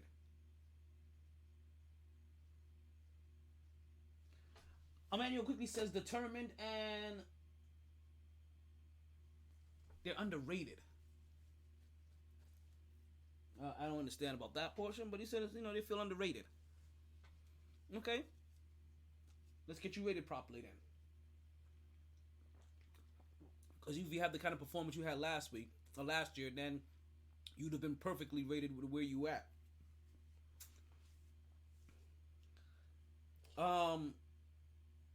Derrick Rose says resilient, and that they need to, and hopefully they can learn to be patient. That's old Derrick Rose talking. Evan Fournier says tough and together. Again, dedicated, motivated, determined, tough, hungry, resilient. Those are the words from the players' mouths themselves on how they see this team being next year, on how they want to be seen, how they want to play, the kind of attitude they want to give off. Octavius Randle's the only one that said fun and angelic, or whatever the hell he said.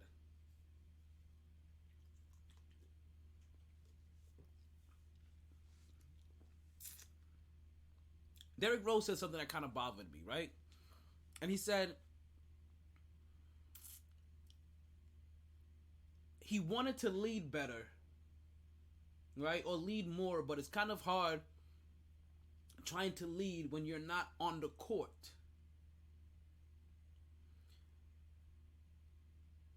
He said he's been in those situations, and the way that he felt was, man, you're not even on the court, man. And I'm like, I get that, but that means that you didn't respect that person as a leader. Because we see scenarios, Golden State, LA, we've seen scenarios where the leader of the team, Phoenix, is not on the court, right? And did I eat already? No, I didn't. And they're still fully engaged with team practice, the team's offense, the team's defense, the play calling, the motivating of their guys on the bench. They're fully engaged. So I guess in Derrick Rose's, the way that Derrick Rose is in his makeup, he doesn't like that. So he wouldn't lead that way. Or maybe he just didn't respect the person that was leading at the time. Because sometimes you need your vocal guy to be like, yo, come on, man, let's step it up. Just him to still be that vocal leader. Them to still be involved. Them to still be engaged. To make it seem like he hasn't checked out. Now Derrick Rose has always been a reclusive kind of guy. Always been a guy that feels like, you know what?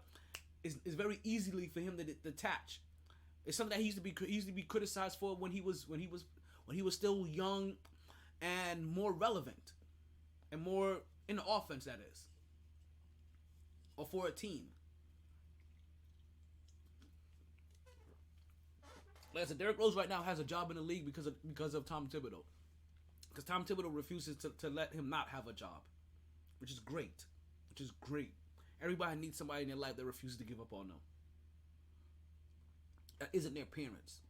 Because trust me, sometimes your parents give up on you too, but they're just your parents, and they just kind of keep biting those bullets. Oh, they threw a flag, late hit. This game is spicy.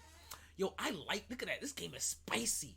Look at that. Look at that. They're yanking them away. They're yanking players away. They're in the middle. There's a scrummage going on. We got a scrummage.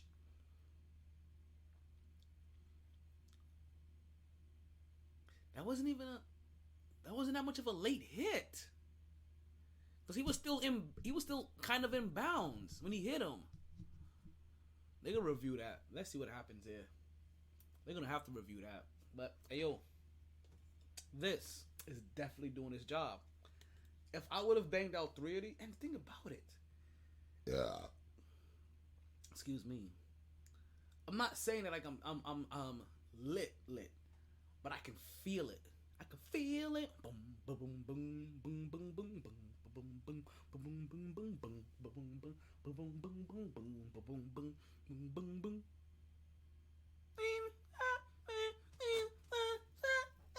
But I can feel it. That's what I'm trying to tell you guys.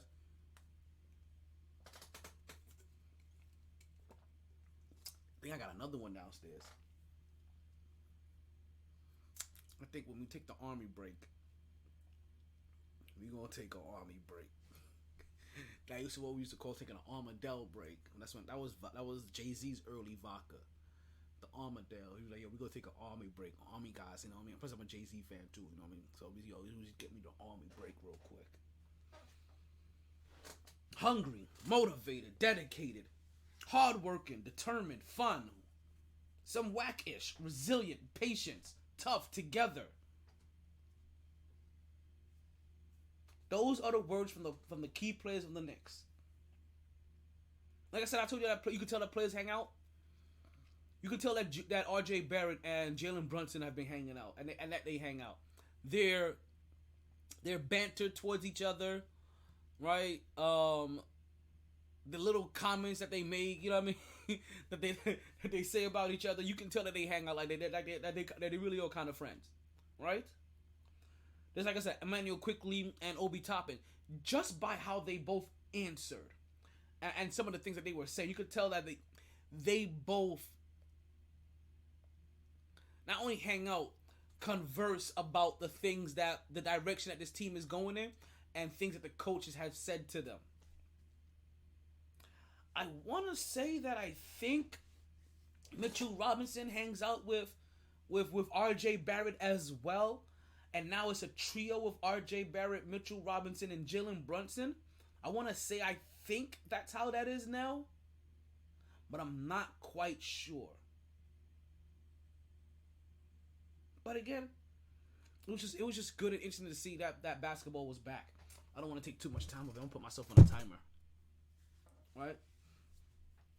And we'll get back. And we'll get right back into some more football. We got an hour and a half. We got time. Now it just wasn't Knicks media day. It was media day period, right? But you guys, listen to me. Listen to the pattern of the teams I'm talking about right now, and listen and understand that these will be the same teams that Saquon with the swim move, Swan, swim. Saquon with the easy swim move, not even the stiff arm, just swim. Just keep swimming. Told you, keep moving forward. Put a little on the guys. Next thing you know, he's breaking it to the left. Look at my back while I break to the left. I just broke that tackle. I broke the pile. And I just left you staring for a while. Keep talking your mess, that's fine. How does my numbers look from behind? Got the remix in there. Giants are up 13-6. It's a big touchdown. I told you early, both teams. It was a swim move, but it really was a hop jump to the left. A little, get off me, don't touch me. That's my special place. The next thing you know, he's going to the house to tell his mama that you tried to touch him. Saquon Barkley. I gotta see how long that was. I looked like a 40-yard touchdown. Ooh, IHOP with the $5 2-piece pancake eggs. Oh my God, they're making me hungry. 222 for $5. Ooh, can I order that through the app and have that delivered to me? Because I promise you, I may make that what I eat in the morning. All right, let's get back into it, right? So, like I said, it wasn't just Knicks media day. We also had media day for the rest for a good portion of the league as well, right? Cause they do scatter some other teams' media, if I'm not mistaken. I think they do scatter a couple of media days, right? So that every team isn't having a media day on the same day. I think it's scattered, and if it's not scattered, then it used to be scattered. But Miami had their media day, and can I tell you? Jimmy Butler is not only a fool, he's a goddamn lie, right? Jimmy Butler is lying to the world, people. Because he has said that those aren't hair extensions. He is lying to the world, and if you believe him, then you're not only a fool, but you're a new fool. Sorry. My apologies. I'm not trying to dish you or anything. Like, I'm just letting you know that ain't no way in hell that he did what he done did in that amount of time. And I'm telling you, like, I've had my hair now for 3 years. And it ain't down to here suddenly, right? And I'm not in the non-hair growing portion of my life anymore. But I do wonder, right? If you get to a certain point in your life where your hair could only grow, right? Or for certain people, if their hair can only grow but so long. If you have a predetermined length that your hair can grow. Like, you know how some people can only grow so much facial hair? I wonder if there's a predetermined length of hair that you can grow as well. And I wonder if I've hit my length. It's been like 3 years. I wonder if you know what I mean. So Jimmy Butler, he's definitely lying to the world, because every time I see Jimmy Butler, and granted, like, I think he said that he's only doing stuff like to shock the internet. Well, you know what? It's working, because I see you and I'm like, what in the Milli Vanilli is this guy doing with your Milli Vanilli? Ooh, ooh, ooh. I want you looking self. I mean, we're talking about with his how high you got something right here looking self. Like we're talking about, what's my name? I don't know. John Shaft. What's my name? John Shaft.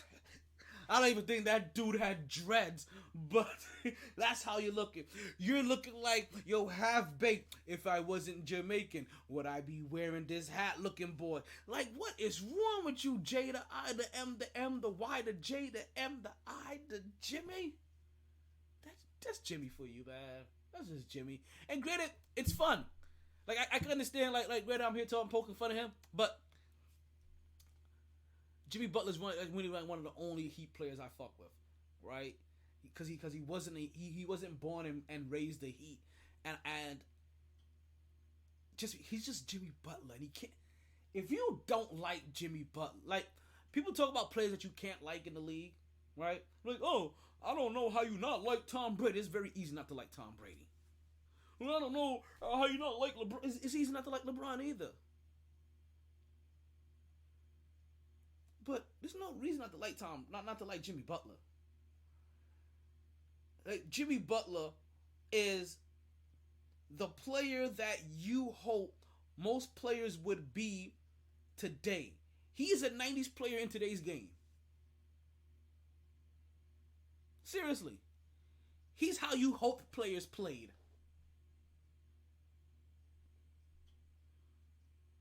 And that's Jimmy. So, you can't hate against Jimmy. I don't know if he's still like this. Don't have a TV in his crib. Only a stereo and a big ass fish tank. Ooh, they held him up. Second and third. They stopped him. Gang, gang. Tackling, that is. Gang, gang tackling. So, like I said, I poke fun at Jimmy, but, like, Jimmy's my boy. I fucks with Jimmy. Pause. Big pause. You know what? Let's move on from Miami's media day then. Like, as we see Udonis Haslem trying to do it to Grizzly, right? You know what I mean? In year 20, in his 20th year in the league. But speaking of 20 years in the league, we also have LeBron James. There you go, folks. Three teams we're probably gonna talk about a whole lot this season: New York, Miami, LA, Golden State, Memphis. Then you guys know now. I'm keeping a big eye. I'm keeping a big eye on Memphis. I'm interested in Detroit too. Detroit is an odd team that I'm curious of watching. I want to see how Ivory is, right? To see if he's the next John Morant to really help that team. And then you match him up with, Giants has let one go. And then you matching him up with, what's their light skinned guy that they just got? Jeez, I'm forgetting his name. They just got some light skinned dude last year, if I'm not mistaken. Ah, man, I really am forgetting his name. I'm trying to see if I can picture it, but I can't. But I want to see how that new combination is going to go. Like I think that Detroit.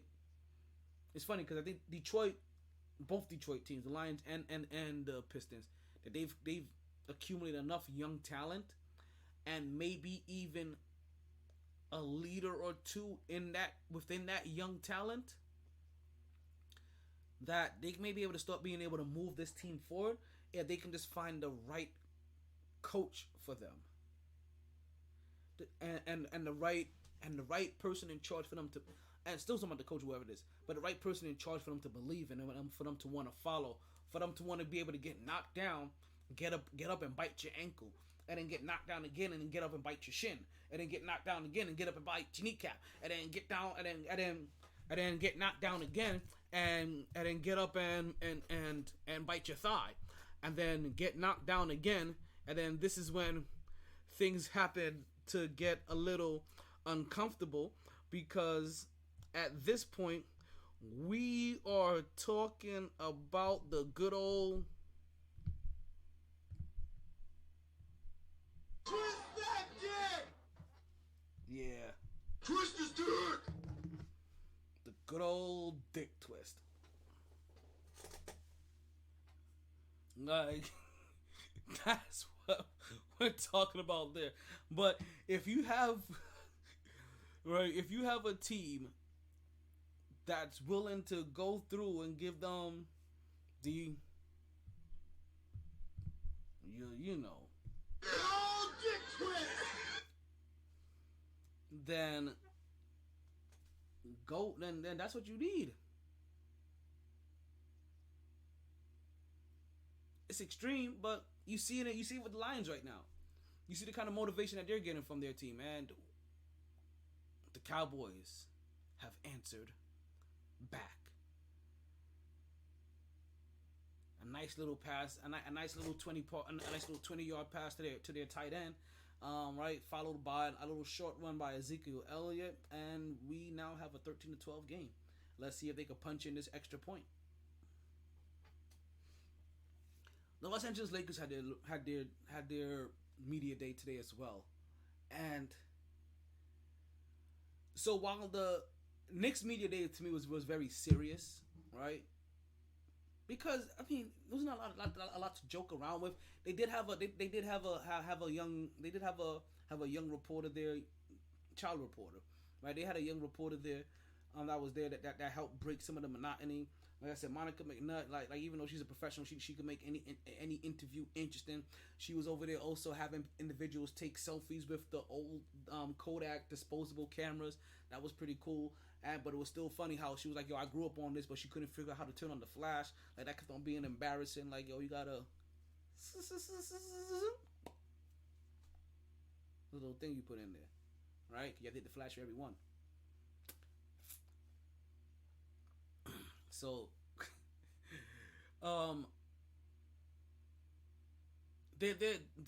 even though, like I said, even though it was still like they were still fun, and Monica McNutt is the one that got these answers from all the players, right?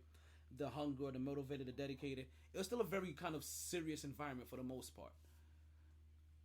For the Miami Heat, you can see it was a little bit more relaxed, a little bit more laid back. But also, what I saw for the Miami Heat was their press conference.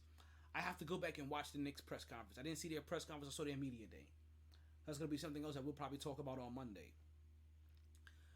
For the Lakers, I caught their press conference, right? Or portions of their press conference. And it was funny to hear as they're asking Patrick Beverley about his favorite LeBron James moment, right? But it's even funny when they tell LeBron James about Patrick Beverley's favorite LeBron James moment. Because LeBron James has oddly been in the news, right? One, he put out a tweet the other day, or he posted the other day. They wonder if he still had any college eligibility left. Right? Any college eligibility left. Because he was thinking about playing college football. And I was like, hey, yo, that's not out the realm of possibility. If J.R. Smith just got into college for golf, what's to say that LeBron James at 38 can't go play college football? I'm telling you right now, unless he goes and plays for the biggest, baddest, roughest team, you just wait till you play a couple of these big, bad, rough teams, and there's gonna be a dog on there that's gonna want to lay you out. There's gonna be a dog on there that's a Detroit Pistons fan. There's gonna be a dog out there that's a Golden State Warriors fan. There's gonna be a dog out there that's a San Antonio Spurs fan, Boston Celtics fan.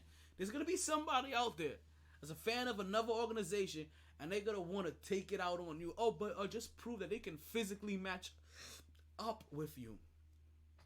Because you know what? If their name could go down in history as the guy that took out LeBron James, and they still go down in history. I'm not saying it's a great thing to do, to go out in history for, but you understand that you'll be you'll be dominant, but you'll still be risking a lot. Just because of the guys that are gonna want to be able to, like, you know what? Let's see if he can take these hits for real. Let's see if he knows what it feels like to go night night. It's just like it's just like people that want to be a wrestler, right? Or just people that want to be a wrestler, or they want to wrestle and they don't understand what it takes to take a bump, right? Meaning that they don't understand what it takes to fall and constantly like bang yourself like against the floor, which is why I always bring up wrestlers and their concussion issues when we talk about people with concussions, because they get grossly overlooked when we talk about individuals in sports that suffer from brain trauma, that also may have CTE, that suffer from high suicide rates and high violence rates once they're no longer affiliated in their sport or active in their sport, and sometimes even while they are, to the extreme where they have killed their whole entire family, their wife and their kids, and then killed themselves. So let's not get it twisted. Right? So let's back. So they asked LeBron. So you hear LeBron James talk about his college eligibility, right? And that's one thing to be interested in. And then there's also, I thought he was bald. I guess it was a joke where he was at the barber and he put on the bald. Maybe he used the bald filter. But I thought he was bald, and I was like, yo, finally, he done got the self-confidence to say fuck it and get rid of this here. Because if it was true, I was going to pick the Lakers to win the championship this year. Because that means LeBron James really, truly does not give any flying foxtrots. But now we got to see what happens. I wonder what's going to happen with Carmelo Anthony if he's still going to be on the team. I would really like for Carmelo Anthony to either join the Golden State Warriors or the New York Knicks. Seriously, I want Carmelo Anthony to get a championship so bad. That's my dude. You're so bad. But I really do. So let's get into let's get into Patrick Beverley's moment, right? Patrick Beverley gets asked what's his favorite LeBron James highlight, and they're telling this to LeBron James, and they tell them that Patrick Beverley said that his favorite LeBron James highlight was Patrick Beverley blocking LeBron James.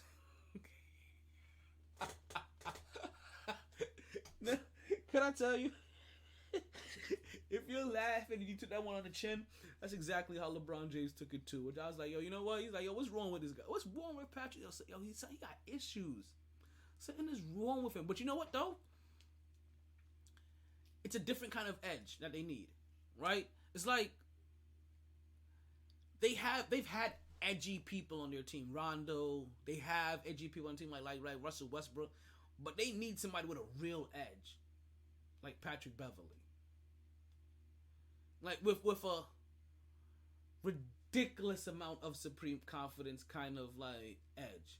And listen, I feel like we saw Patrick Beverley out during the summer, right?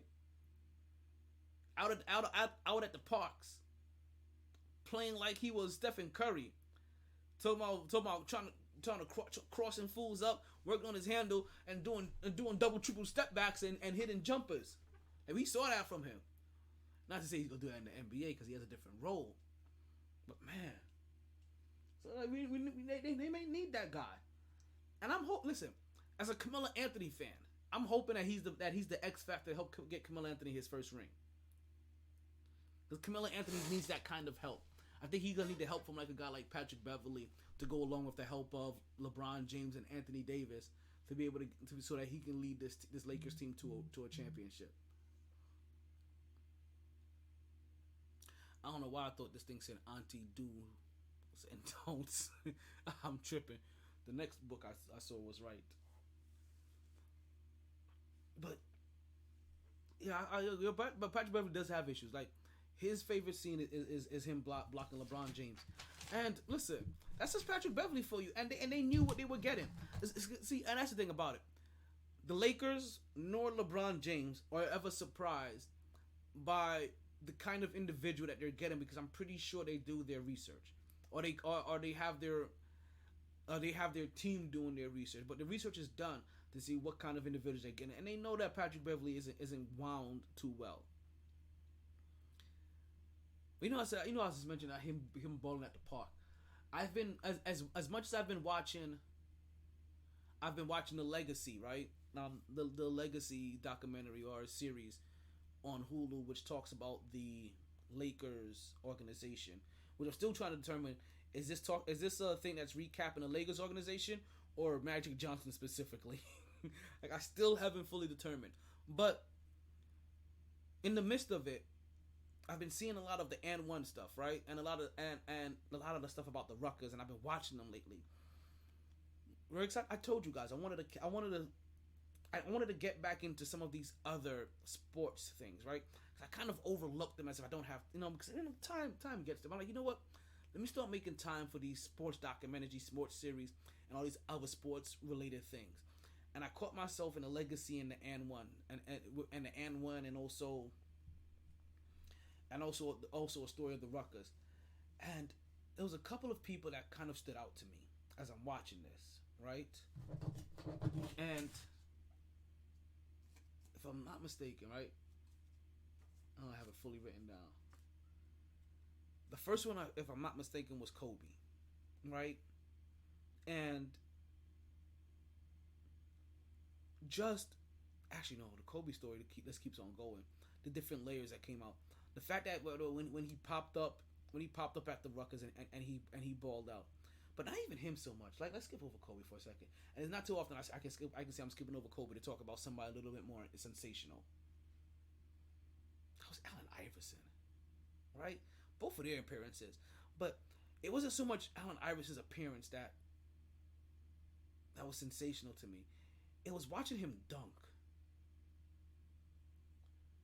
Allen Iverson, damn near my height. And just watching him dunk. And watch how effortlessly he jumped. Like, it was crazy. Like, it was literally, it was nothing. Like, and you gotta figure, like, some guys, like his height or whatever, maybe there's a little bit of a wind up. Even most guys these days, you still see them like try to get a little wind up, get a little momentum going. Seen him go, just dribble the ball up just naturally. And then when he jumped, it was just surprising of how quickly and how high up he just elevated. It was just like, phew.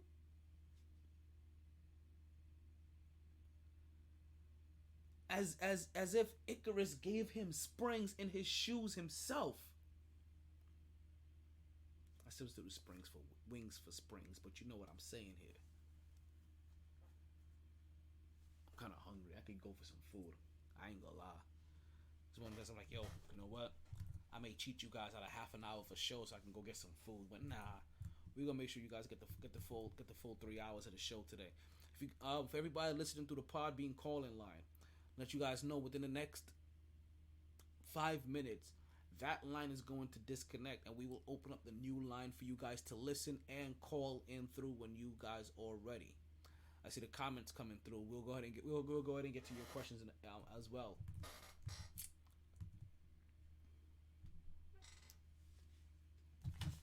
Let's get back into some football, right? Because, like, you know what? Let's actually wait. We'll get into some football in the top of the hour. What we're gonna do here is that we're gonna take a quick break, and when we come back, we'll continue with the Mighty Sports Podcast. While we take our break, the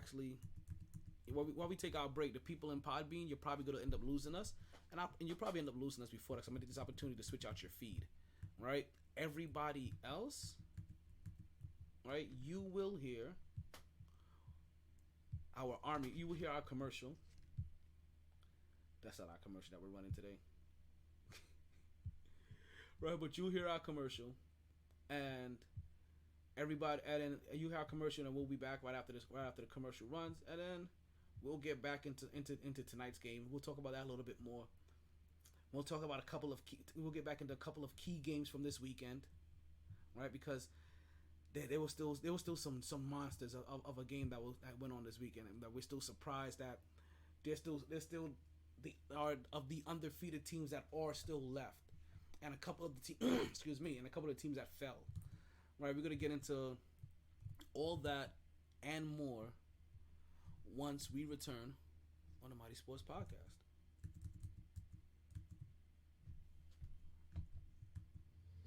They didn't join this team to win championships or become famous. They joined because there is important work to be done, and only some able to do it. They are brighter, better educated, led, and equipped than any team in history. They are doctors, lawyers, engineers, technologists, and combat troops, all prepared for whatever comes their way. You'll find them where the lights don't flash, and the only contract they sign is with them. They didn't join this team to win championships or become famous. They joined because there is important work to be done, and only some able to do it. They are brighter, better educated, led, and equipped than any team in history. They are doctors, lawyers, engineers, technologists, and combat troops, all prepared for whatever comes their way. You'll find them where the lights don't flash, and the only contract they sign is with themselves and their country. One day, they may be asked what they did to make a difference in this world, and they can respond, "I became a soldier."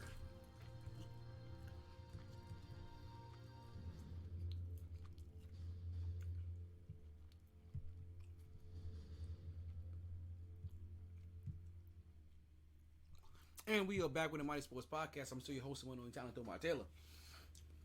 Thank you guys for listening, wherever you may be listening from.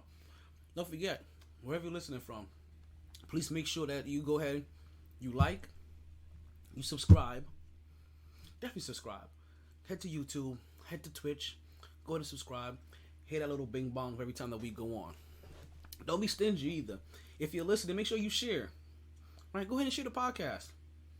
Remember, sharing is caring. And it could be a group activity. You can share with other people that you know.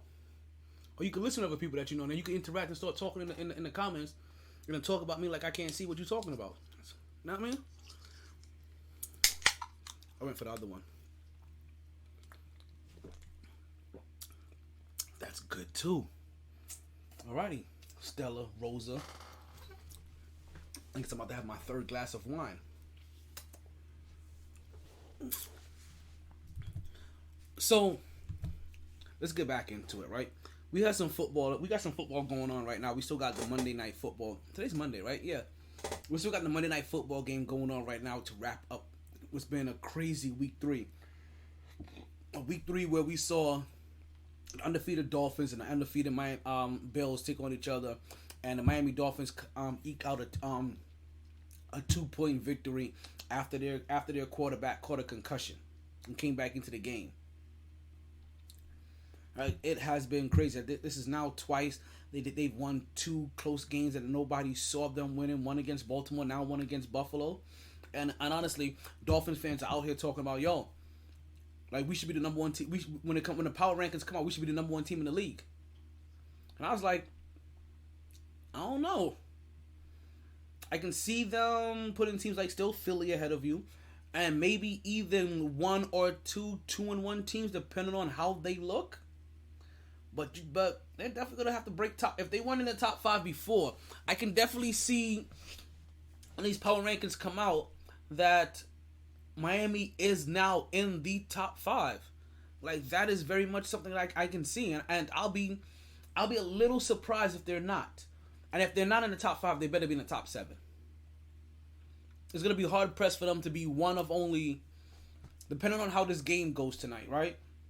One of only 2 to possibly 3 teams in the league that are undefeated. Now, if there's 3 teams in the league that's undefeated, I can see how they're. Ooh, broke that up quickly.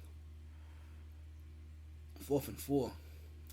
I can see why the Dolphins may fall, because also if the Giants end up being 3-0, I'm not believing that the Giants are one of the top 3 teams in the league either. Like, you gonna have to show me some more, homie. I'm sorry.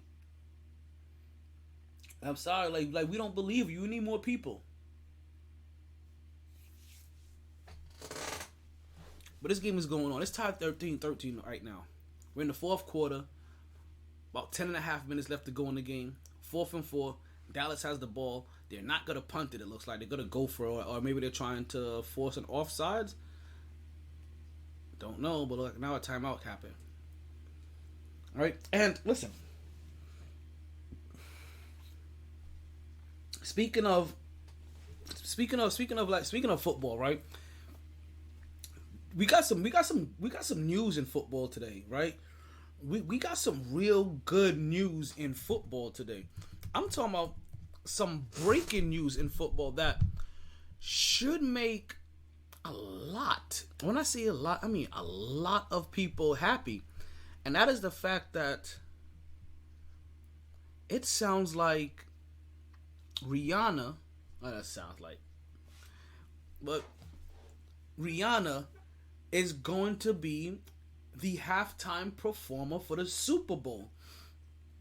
I don't know who it was before, but I think I heard about it earlier, and I remember it being somebody whack that I completely wrote off in my head, and I was like, I guess I won't be paying attention to this Super Bowl at all, halftime at all. Ooh, did he hold on? Did he get it? You make them measure that one.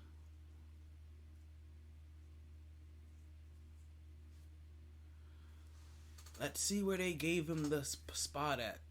Oh no, I don't know. They gave him the first. Okay, they snapped that ball before it could be reviewed. Boy, don't you? This game is good. I'm telling you, this game has been spicy this whole entire day, right? And it's been rough. I'm glad it's a close game, one, right? So that both teams still look competitive. But this is also one of those days I'm really glad I'm watching this game with no value. This is one of those days I'm really happy I don't have the commentators influencing on how I'm paying attention to this game with their own specific narrative or whatever narrative that they're coming in here with, whatever notes they're coming in with. It's just, ooh, CeeDee Lamb doing his best Des Bryant impersonation. He's lucky they didn't call that a fumble. I was reaching for the hashtag.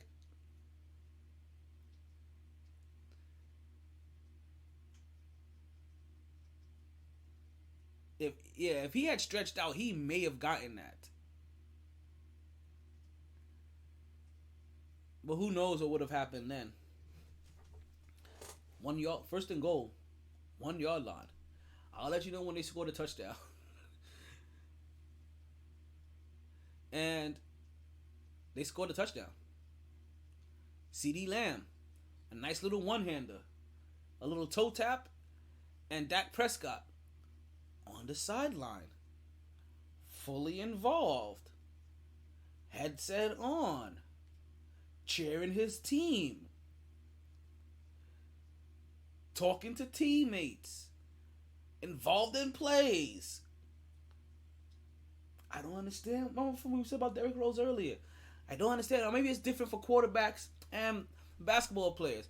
Or maybe it's different for football players and basketball players. Maybe it's different than quarterbacks and point guards. But I'm telling you, I've seen players in the NBA that's done this. So it could just be what Derrick Rose finds acceptable as a leadership style. Which I can't say I fully agree with. Who was that? Carson Wentz? No, that's... Oh, never mind. I forget who that is. I really forget what his name is, but I know who that is. That's not Carson Wentz. So speaking of winning, right? Speaking of winning, we're talking about Rihanna's gonna do the halftime show, and like I said, I don't know who the halftime show is gonna be for, but she's gonna get it now. And again, I don't know if you guys realize this. This is the influence of Jay-Z being involved with the NFL. That you very quickly saw the kind of buzz that the halftime show announcement has gotten from the moment it was called. Speaking of Des Bryant, to now, and it's gotten no buzz. I'm telling you, like I saw it initially, and I was like, "Who are these guys?" I think I knew who they were, but I'm not. This doesn't move me. I'm not excited to see this. I don't even think it was like an iconic band in their genre or popular band in their genre. It was just, I could be talking up my ass, because I don't recognize them. I was just like, yeah. But now you put Rihanna in there, and you realize all of a sudden, like, there's a pop now. There's not just a pop. There's a singer pop. There's a lingerie pop. There's a makeup pop. You understand the different worlds that she draws in to bring eyes on her performing. It isn't just women who love the halftime show, and they're there for the majority of that, right? But it isn't just women. It isn't just black people. It isn't just little girls. It isn't just islanders. It's people that love her lingerie, people that love her makeup, people that love her music, people that love her art. All of it. You understand? She is dragging in at least bare minimum. I just mentioned 7 different demographics of interest, of clicks, of likes, of engagements. And every time, you understand? She said nothing. She literally held up a ball in her hand. And that damn near broke the internet. Immediately, everybody was like, oh shit, she's doing a halftime show. Everybody realized it.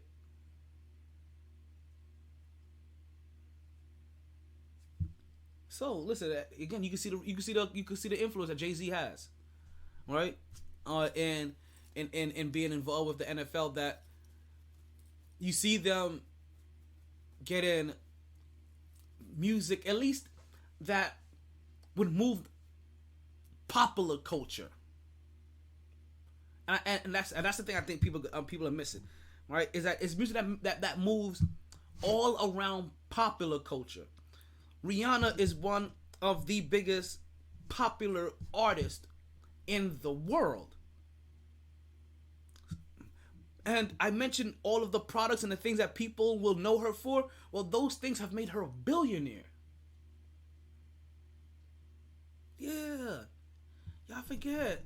Yeah, she's one of the billies in the world.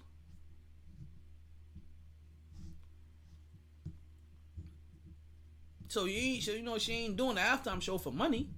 Whatever pay that they have, hey, it's over more money than you didn't have before. It could be they spending money for a night in New York, But overall, like, she's winning. This decision means the NFL is winning. Jay-Z is winning. It keeps heat off of Roger Goodell. He's winning. As you can see now, Roger Goodell now in like his second term, right? That he's doing a lot of delegating. Like, you know what? You handle entertainment and shit, so I don't have to keep worrying about taking the hit when these halftime shows are bad. Here, you handle the punishment and shit, so I don't gotta keep taking the hit every time that we gotta discipline a player. I'm good. It may be the wise thing to do as he sits up as more of a president, and an overseer, that he delegates all these, like he has little cabinets for all these little things. Let them run it. And he just kind of gives their stamp of approval. Yeah, I like that. Run it. The hoes gonna love this.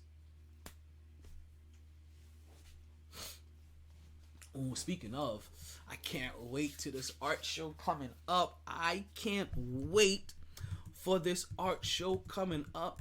I have a fit for fits.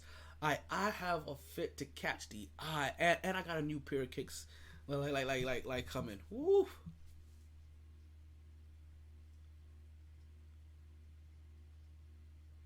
Y'all just wait. Y'all just wait. But what am I talking about? What am I talking about? This art show? I think you guys may have heard me talk about this art show before. What we're talking about is In Art We Lust 3, which is an immense female-driven art showcase benefiting the National Breast Cancer Foundation. All right. In Art We Lust 3 represents the talents of the local South Florida artists. You will be able to enjoy a night of live musicians, DJs, raffles, vendors, live body art, and more. Come meet some of South Florida's most brilliant creative minds and take home some beautiful work of art, all for a great cause. Right? So if you guys are looking to get your tickets, you can go to thecenterscs.com, right? Use promo code ART22 and you'll be able to purchase yourselves tickets before the show. Now they're still having pre-sale. If I'm not mistaken, pre-sale tickets are still just a little bit under $25. But wait, I have more. The Mighty Sports Podcast. We're doing a raffle for this. Right, folks? We are doing a raffle for this event as well. Yes, for In Art We Lust 3, we will also be doing a raffle. And we're going to be raffling away 2 tickets. When? What? What am I saying? Yes. Mighty Raffle Contest every Wednesday, live from Sharky's. We'll be raffling off. We'll be collecting money to raffle off 2 tickets to In Art We Lust 3. In Art We Lust 3, as you can see, is on October 21st from 6 to... I think it's from 6 to 11. I think I have way too many things up right now. Cut that off. There we go. When Art We Lust 3 is from 6 to 11, it's going to be at Coral Springs Center for the Arts. Now, what it is that you have to be at Sharky's to play. So if you want to play, you have to be at Sharky's on Wednesday. Who's getting a new DJ coming there pretty soon. DJ Scepter will be joining the Sharky's family on Wednesdays. So that's my brethren. You guys heard me talk about DJ Scepter for years now. Right now he's I think he's in Argentina right now doing a show right now. Earlier this week he was in Jersey. So hey, the fact that Sharky's is getting DJ Scepter is a really big thing. Right? Not just for DJ Scepter, but for Sharky's as well. We're gonna have some good live entertainment going on from 10 to 2 p.m. From 10 p.m. to 2 a.m. there. So after the podcast is over, I am now going to have a reason to hang out and chill a little bit longer. Damn. Thursdays are going to be rough.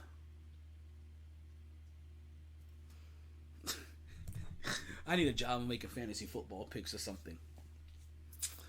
So let's continue. Oh, man. Where was I at? Okay, back in the contest. Right? So, yes, you have to get your tickets at Sharky's. At Sharky's, you have to be at Sharky's to participate. But you don't have to be at Sharky's to win. All you have to do is play. Get yourself a raffle ticket. Put your information down.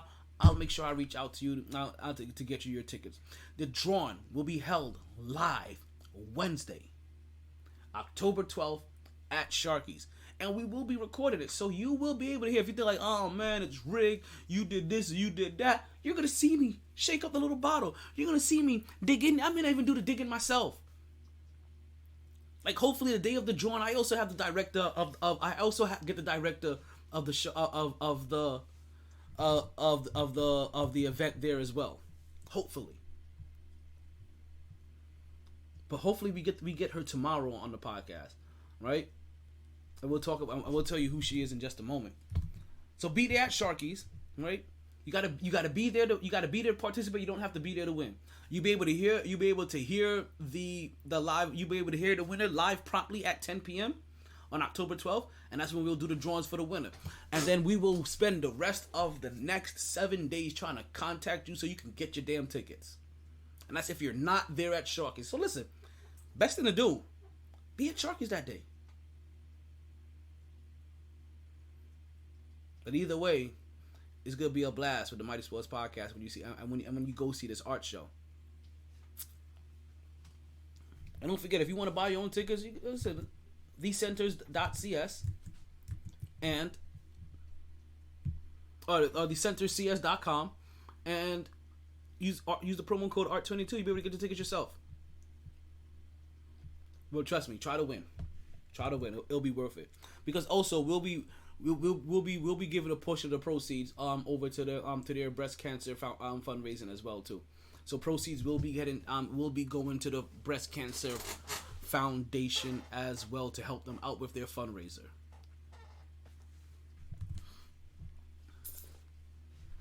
Speaking of winning, did you guys know that Floyd Mayweather is still fighting? Speaking of, don't ask me how that statement helped remind me that I had a drink back there. Something completely different happened. But did you guys know that Floyd Mayweather was still fighting? Yes, folks. Floyd Mayweather is, last week we talked about everybody that was scheduled to fight. I think we talked about who was on here. We had Errol Spence versus Bud Crawford, Anderson Silva versus Jake Paul, Roman Reigns versus Logan Paul. We have Mike Evans versus Marshawn Lattimore. I think that rematch is coming up like December 5th, if I'm not mistaken. Right? So December 5th is Marshawn. Listen, I got that date circled too. Right? Anderson Silva, Jake Paul, October 29th. So that's in 3 days. That's 3 days from now. Roman Reigns and Logan Paul, that's November 5th. Mike Evans and Marshawn Lattimore, that's December 5th, if I'm not mistaken. And then also, we have Floyd Mayweather having a fight in Dubai, taking on Deji on November 3rd. Floyd Mayweather just had a fight in Japan. Right? His second fight in Japan. He just had a fight in Japan. And buy one Big Mac, get one for $1. Stop telling me stuff like this. I am in full fat boy mode right now. But he just made $20 million to beat up some dude named Makuri Asakura, who apparently is supposed to be a respectable dude over there. I didn't get a chance to finish getting his numbers. Right? But this is supposed to be, oh my God, this is even a better part. I told you $20 million, right? It's an exhibition fight. So all these guys he's fighting is never gonna go against his record. I guess people now just want to pay it, right? Mike Tyson, Jake Paul, now you see Floyd Mayweather in there. They found a niche to still make money in exhibition fights. They found a place for it. Jake Paul never has to have a professional fight ever in his life. As long as he can find a way to... Damn, this game just got blown open quickly. As long as he can find a way to keep making money off of exhibition fights.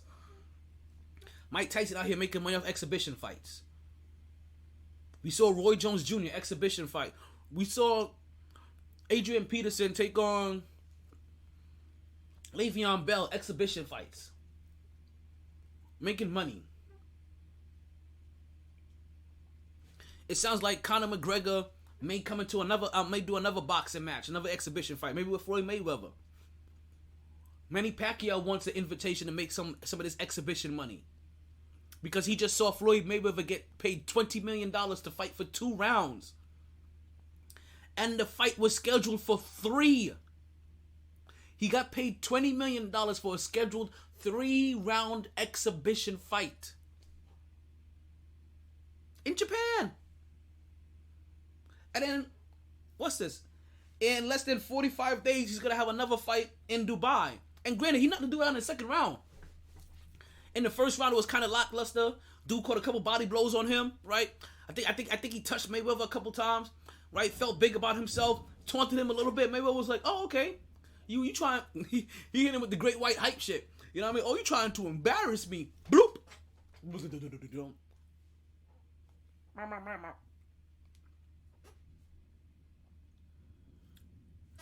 Right before the end of the second round, he's knocked out, can't get back out. 20 million easy. Another authorized robbery. He's turning like the goddamn Piper over there. You know what I mean? Like the real Piper. Let's not use Piper anymore. Peter Pan. Not Peter Pan. Robin Hood. There we go. Sorry, I said Piper. Next thing you know, I'm over here, got the step song going on in my head, and Daniel Jones gets sacked, and things aren't looking good. Oh, get quick! Wait, that's not what we wanted. But he did twist him around and throw him to the ground to get that sack. Wait a minute, is that what that flag is about? It can't be. This had to be hope. Personal foul, face mask, defense. Okay, he may have just gotten away with that, but listen, it was real close to another. Damn, Daniel. Yeah, there we go. He caught number 13 in the face mask on the eye, so he caught one of the receivers. They got lucky. They really did. They got lucky on that one. Now, funny thing, right? And we're probably gonna have to bring them back as a sponsor, right? That his fights are on somebody that we used to have as a sponsor for the show. So we're not gonna talk about where you can find his fights at quite yet, until we can guarantee that we bring them back as an affiliate. All right. Now, Floyd Mayweather gets to do these exhibition fights, right? And it's a win-win-win-win-win.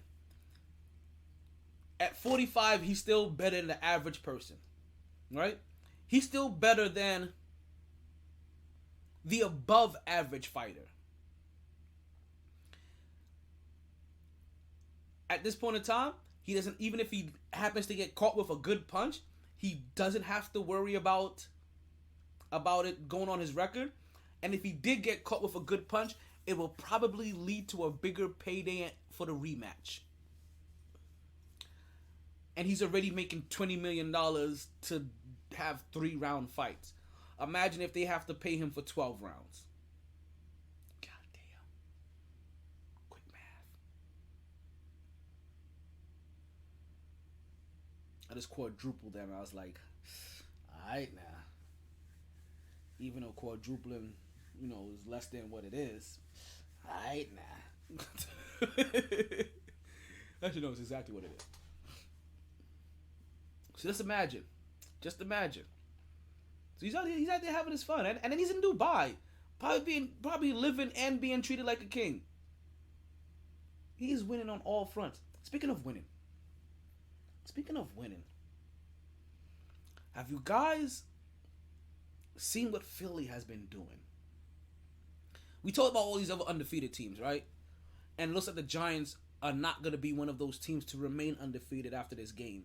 They're going to end up losing to their division rival, the Cowboys, and both of these teams look like both of these teams are going to have a record of 2-1, which is only going to leave 2 undefeated teams in the league. That is the Philadelphia Eagles and the people from Florida, Miami, Florida. Miami Gardens, Florida. Like, you guys don't understand, when they say the Miami Dolphins, right? They're just shortening it because they don't want to say the Miami Gardens Dolphins. But also, the reason why I don't make fun of them so much about... What the hell are you doing, Daniel? Damn, Daniel. Like, what is going on over here? We got another flag on the play. I don't know if you guys know, but right now, Jalen Hurts has some of the best numbers in the league. S. Period. Carter. This week alone, he was again one of the top 5 producers in the league. Throwing for exactly 340 yards, 3 touchdowns. Longest pass being that was right there in front of my face this whole entire time. Right? Longest pass being for 45 yards, but not just the 340 yards, right? In the 24-8 blowout over the Washington Commodes. But there's also the passing rating of 123.5, which led all quarterbacks last week. Better than Tom Brady, better than Aaron Rodgers, who both played each other. And Tom Brady threw his hissy fit again, which only could mean that he lost. You know what he does when he throws a tantrum. They said the Giants make this kick. It's a 1 possession game with about 3 minutes left, and it looks like they may have hit the kicker. Let's see what happens here. How they call this? No call. That's how they call it.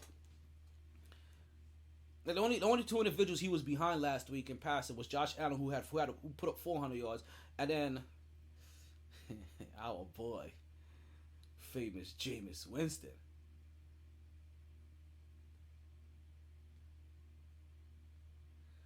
And who had 350. Tons of quarterbacks put up over 300 yards. You had Derek Carr with 303. Kyler Murray, Mac Jones, surprisingly, Geno Smith. Mac Jones was a top 5 producer as a quarterback last week, with his 321-yard performance and 3 interceptions and no touchdowns. That's the reason why New England ultimately ended up losing that game, as Baltimore ended up blowing them out so they could continue their reign. Joe Flacco has been one of the better quarterbacks for the majority of the season. Last week, it didn't look so good. We may have lost Garrett Wilson for some time, depending on the kind of injury that he suffered in that game. He kind of left early and didn't see much action after that.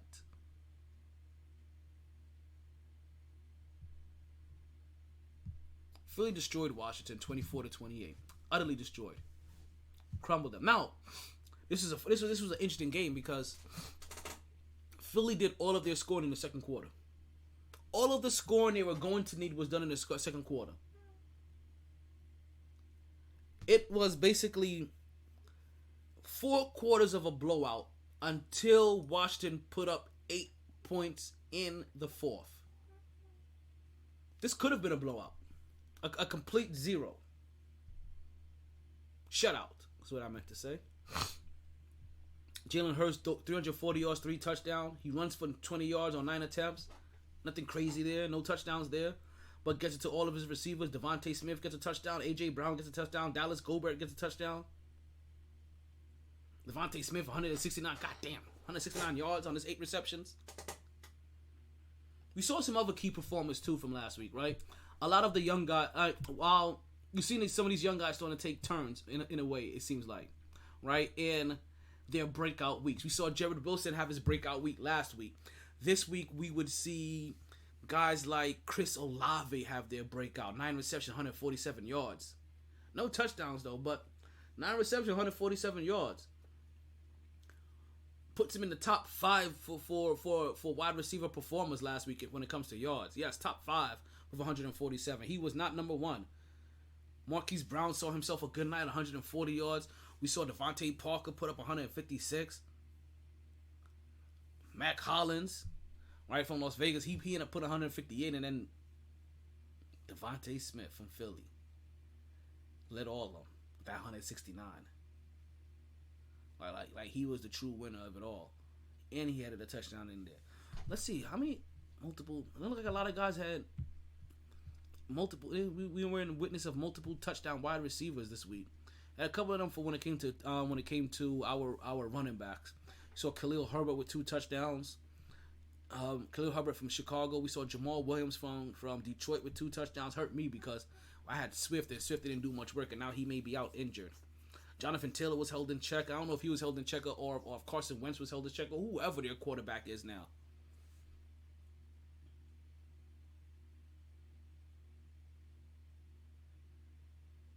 Oh, okay. I don't know why I thought the kicker was in for Chase. Is that his name? Chase Young? Chris Chase? Who's the quarterback right now for the Cowboys? But I feel like his name has a Chase in there. It's 2nd and 7. So they're definitely not kicking this. I really thought it was the kicker in there. Whoever the quarterback is right now, and I don't know why he looks like Carson Wentz from some angles. Right? 9-0 versus the Giants with Dak Prescott. 0-1 without him since 2017. That is the Dallas Cowboys records when it comes to playing the Giants, and Ezekiel Elliott gets himself a first down as he breaks a 10-yard run. Not Ezekiel Elliott, Scott Pollard, my bad. I don't think his name is Scott. I think Scott Pollard is a basketball player. Seriously, and I've been calling this guy Scott Pollard all night. I really think Scott Pollard is a basketball player. Please forgive me. I know not what I says.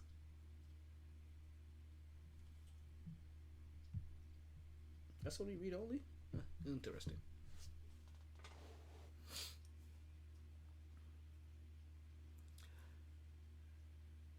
Jalen Hurts every single week impresses me more and more. But you know what? Let's give a big up to the Eagles organization, because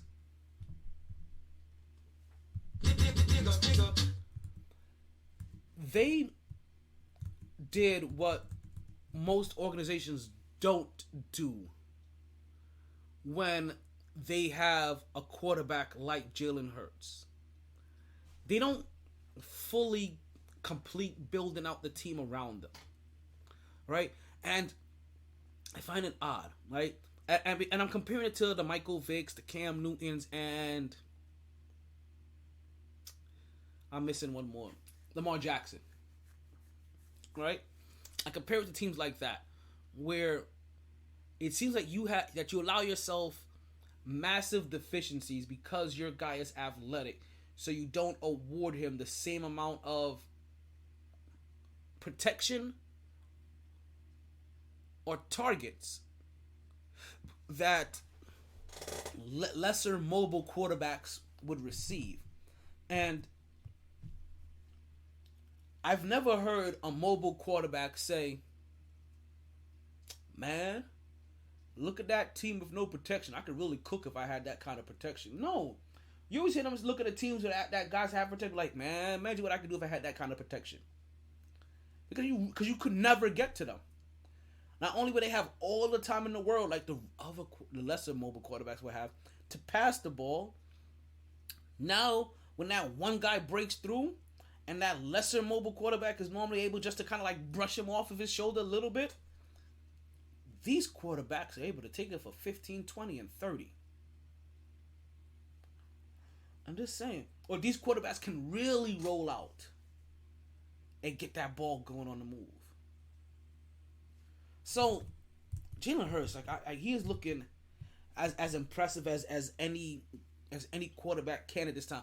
But also, like I said, big shout out to what his team has done to making sure that they build out the roster around him. Offensive line, wide receivers, running game, defense. Philadelphia Eagles have one of the more complete teams in the league, which is probably why they have been an early. My eye twitching. Which is probably why they've been an early favorite on this podcast. Remember my co-host KJ, he got Philly and Philly and San Fran making the Super Bowl. I told you guys last week at Sharkies, a couple weeks ago at Sharkies, I had Philly and Baltimore. Now, understand, and I do have to add a disclaimer on there. When I pick teams like Philly and Baltimore to make it, right? That is understanding that the true on favorites are Kansas City and Tampa Bay. Right? And this is so. Even when I pick favorites like this, is more about who do I believe is going to be.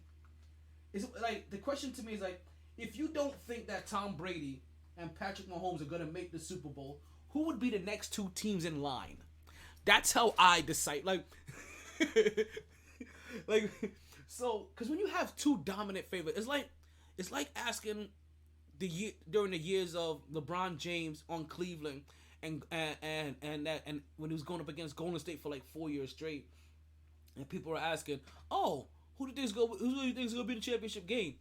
Well, Cleveland and Golden State. This is boring for 4 years. But you would get the answers about other teams because there's more about, you know what? These are teams on the rise. And also, if these guys don't make it, these will be the other teams that I think can. And I know I'm overlooking Buffalo as everybody has picked Buffalo, but that's the reason why I'm specifically not picking Buffalo, because everybody has put Buffalo in their back pocket. I'm gonna run with them dirty birds, not the dirty birds. I'm gonna run the Ravens, nevermore. Like I want to see how they do it, and they're starting off good. Outside of a fourth quarter collapse that allowed for one of the most miraculous comebacks in NFL history, right, to take place where Tua got a tongue twister, came back and beat the Baltimore Ravens. We're talking about the Baltimore Ravens being 3-0, and possibly the Dolphins being 1-2.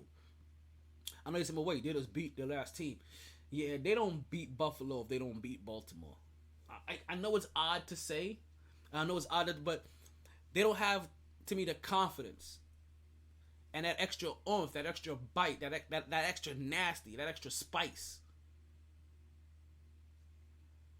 to beat. But listen, I know you're like, oh, how could you say that? Because I can. And sometimes I like to think outside the box. I think my niece is finally starting to understand outside the box. I'll never forget the day I told her to think outside the box. And she was like, I don't want to think outside the box. It's safe in the box. I was like, yo, like, you know what? You are right. It is safe in the box. But that's also what makes the box boring. You know what I mean? Like, at that level. Like when you get to my age, you know what I mean? Like, listen, there's not too many, never mind. It's like, that's a weird transition, basically, before I was just involved in this conversation. Let's move on.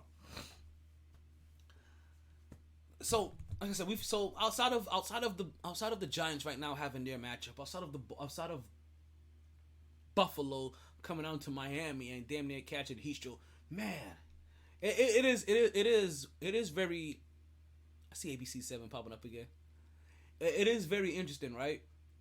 How the Dolphins stadium is set up. I never really noticed it until Tua told the whole entire world. Until Tua dry snitched on the architect. Oh, Daniel Jones steps up, throws one, gets the first down. Boy, he was almost caught back there on the 2-yard line. Let's see. The Giants are down by 7 points. They're on the 20. Let's see if they can march themselves downfield, all 2-minute drills, and get this off. Ooh, that was a dangerous throw. That was almost picked off.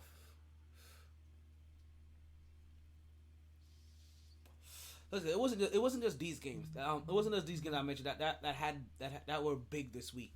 We also had like the game of the Bees, right? Tampa Bay versus Green Bay. Game of the Bays, right? Like I guess the Old Man Bowl, the matchup that most people really wanted to see almost every single year in the playoffs. It's just that Aaron Rodgers would always get knocked out by one of these other fugazi guys. 1 year at San Francisco, another year is whoever, another year is this, and it's just regret after regrets after regrets after regrets.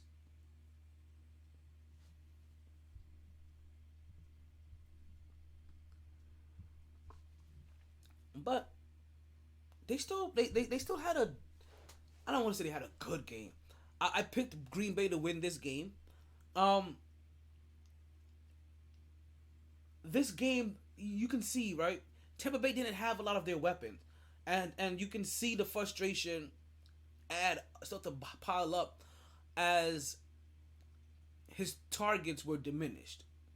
Daniel Jones throws the ball that we thought he would.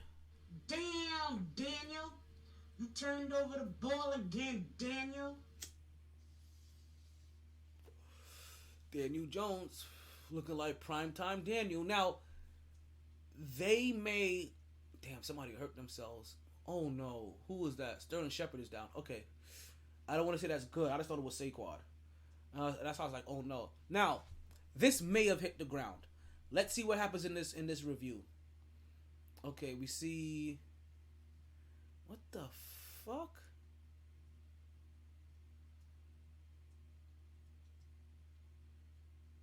Nope. Wait. I don't know. That's going to be close. Wait. Did Daniel Jones... Wait. Was this a trick play? Was Daniel Jones out... Wait, Daniel Jones number 13, right? Was Daniel Jones out running a route?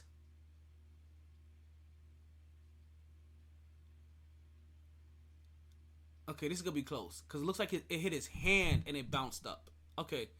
That may not have touched the ground. That may have hit his hand and bounced up. But... Okay. Yep, definitely hit his hand and bounced up. You can see it. There's no ground involved in that one.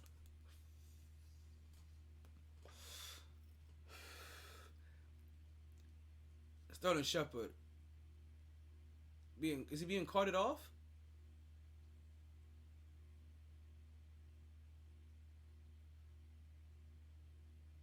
So all of his teammates are giving him high five. I don't know what happened there. But it looks like they tried a trick play. Look, I don't know if Sterling Shepard was the quarterback on that play. I don't know what happened there. But he threw an interception. And I'm still going to blame Daniel Jones for that interception. Because if Daniel Jones is, I am not a wide receiver, I'm a quarterback's ass, doesn't slip on that route, that doesn't become an easy pick six. Because he was about to be wide open. But it was gonna make but that was funny. They were gonna make his quarterback take that hit. Yo, they were setting Daniel Jones up for that hit. He was gonna earn every bit of whatever future money he may be entitled to. Ooh. Almost forgot I had this here.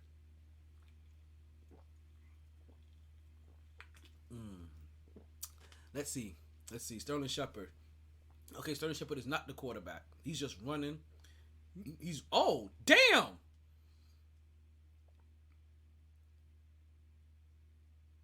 Sorry. Because when you... As I'm watching it, and I'm just seeing him run and just run normally. Wasn't running super fast. Started slowing down. And then all of a sudden, he's pulled, like, you see him snatch up that knee. See? His knee hurt.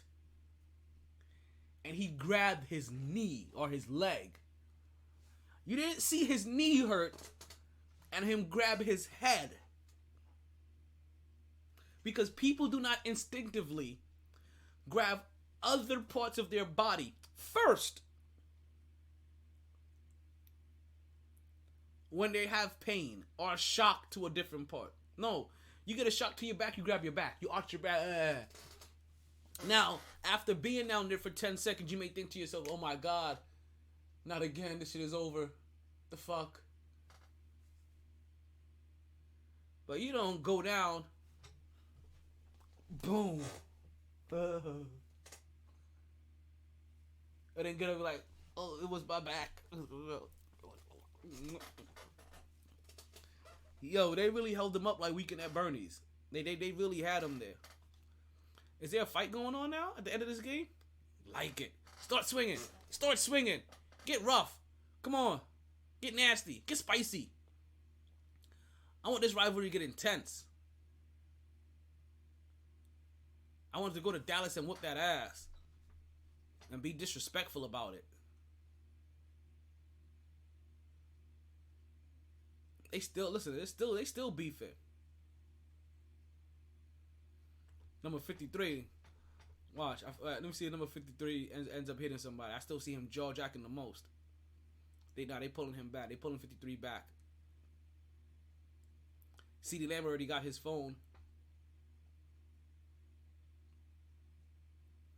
Now you're starting to see some players from both sides starting to talk peacefully and shake it out. Daniel Jones looked like an upset vacuum salesman. Why does he look like a vacuum salesman? Like, well, shucks, man. Like, all I can say, like, the sucking power on this one will be something even your husband will enjoy.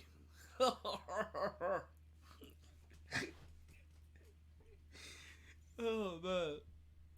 Let's talk about this Green Bay match. Green Bay improves to 2-1, and Tampa Bay falls to 2-1.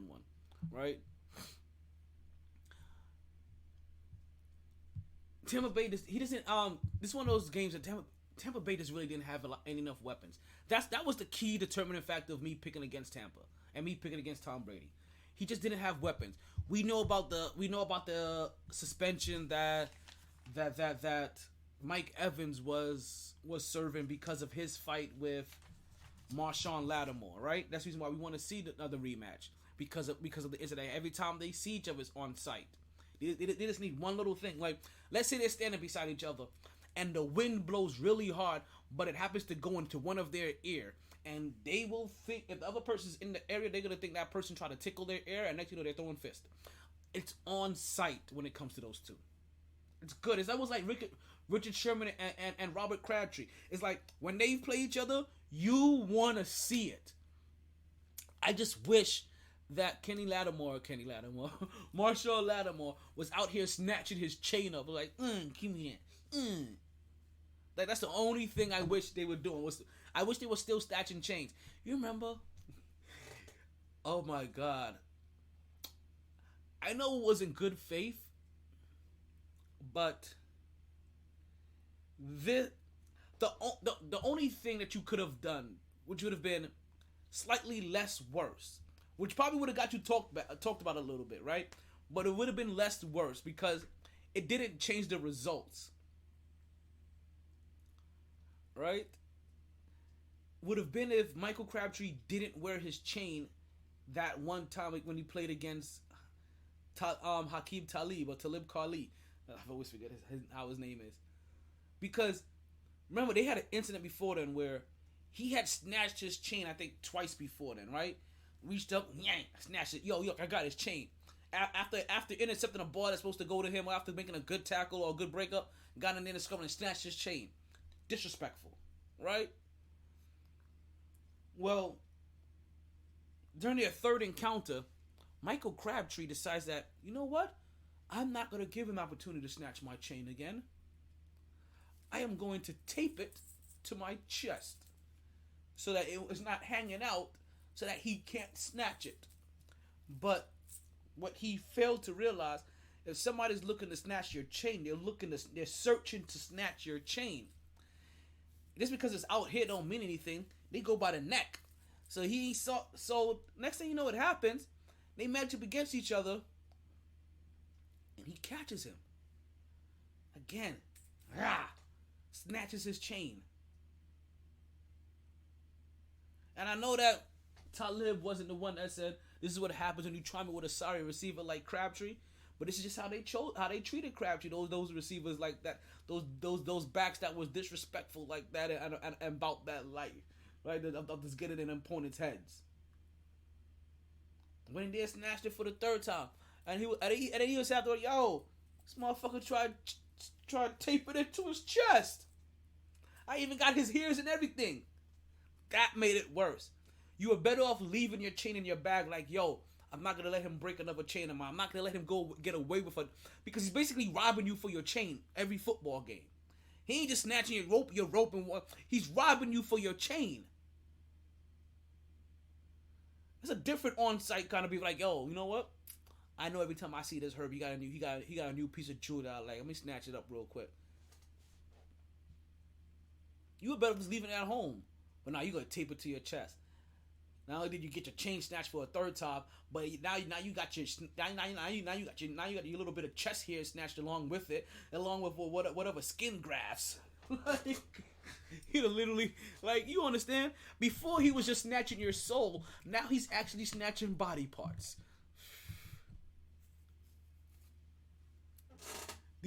So like, that's the kind of on-siteness that's happening here in with Tampa Bay. So because of that incident, right, with Mike Evans, I know you guys forgot. Like, oh my God, that's right. That's what we're talking about. Because of that incident with Mike Evans, right, and Marshawn Lattimore, Mike Evans was out for this game. But it wasn't just Mike Evans out for this game. Chris Godwin was also out for this game. There's another wide receiver, Julio Jones. Was Julio Jones on this team? I think so. Julio Jones was also out for this team. So basically, his whole entire receiving core is Gage, Brait, Perryman, Fournette, Darden, Kyle Rudolph, Cole Beasley, Scott Miller. Listen, you may recognize names like Cole Beasley and Brashard Perryman. That's about it. Maybe Russell Gage. Obviously Leonard Fournette. But you understand, like, he doesn't have his big producers like he normally does.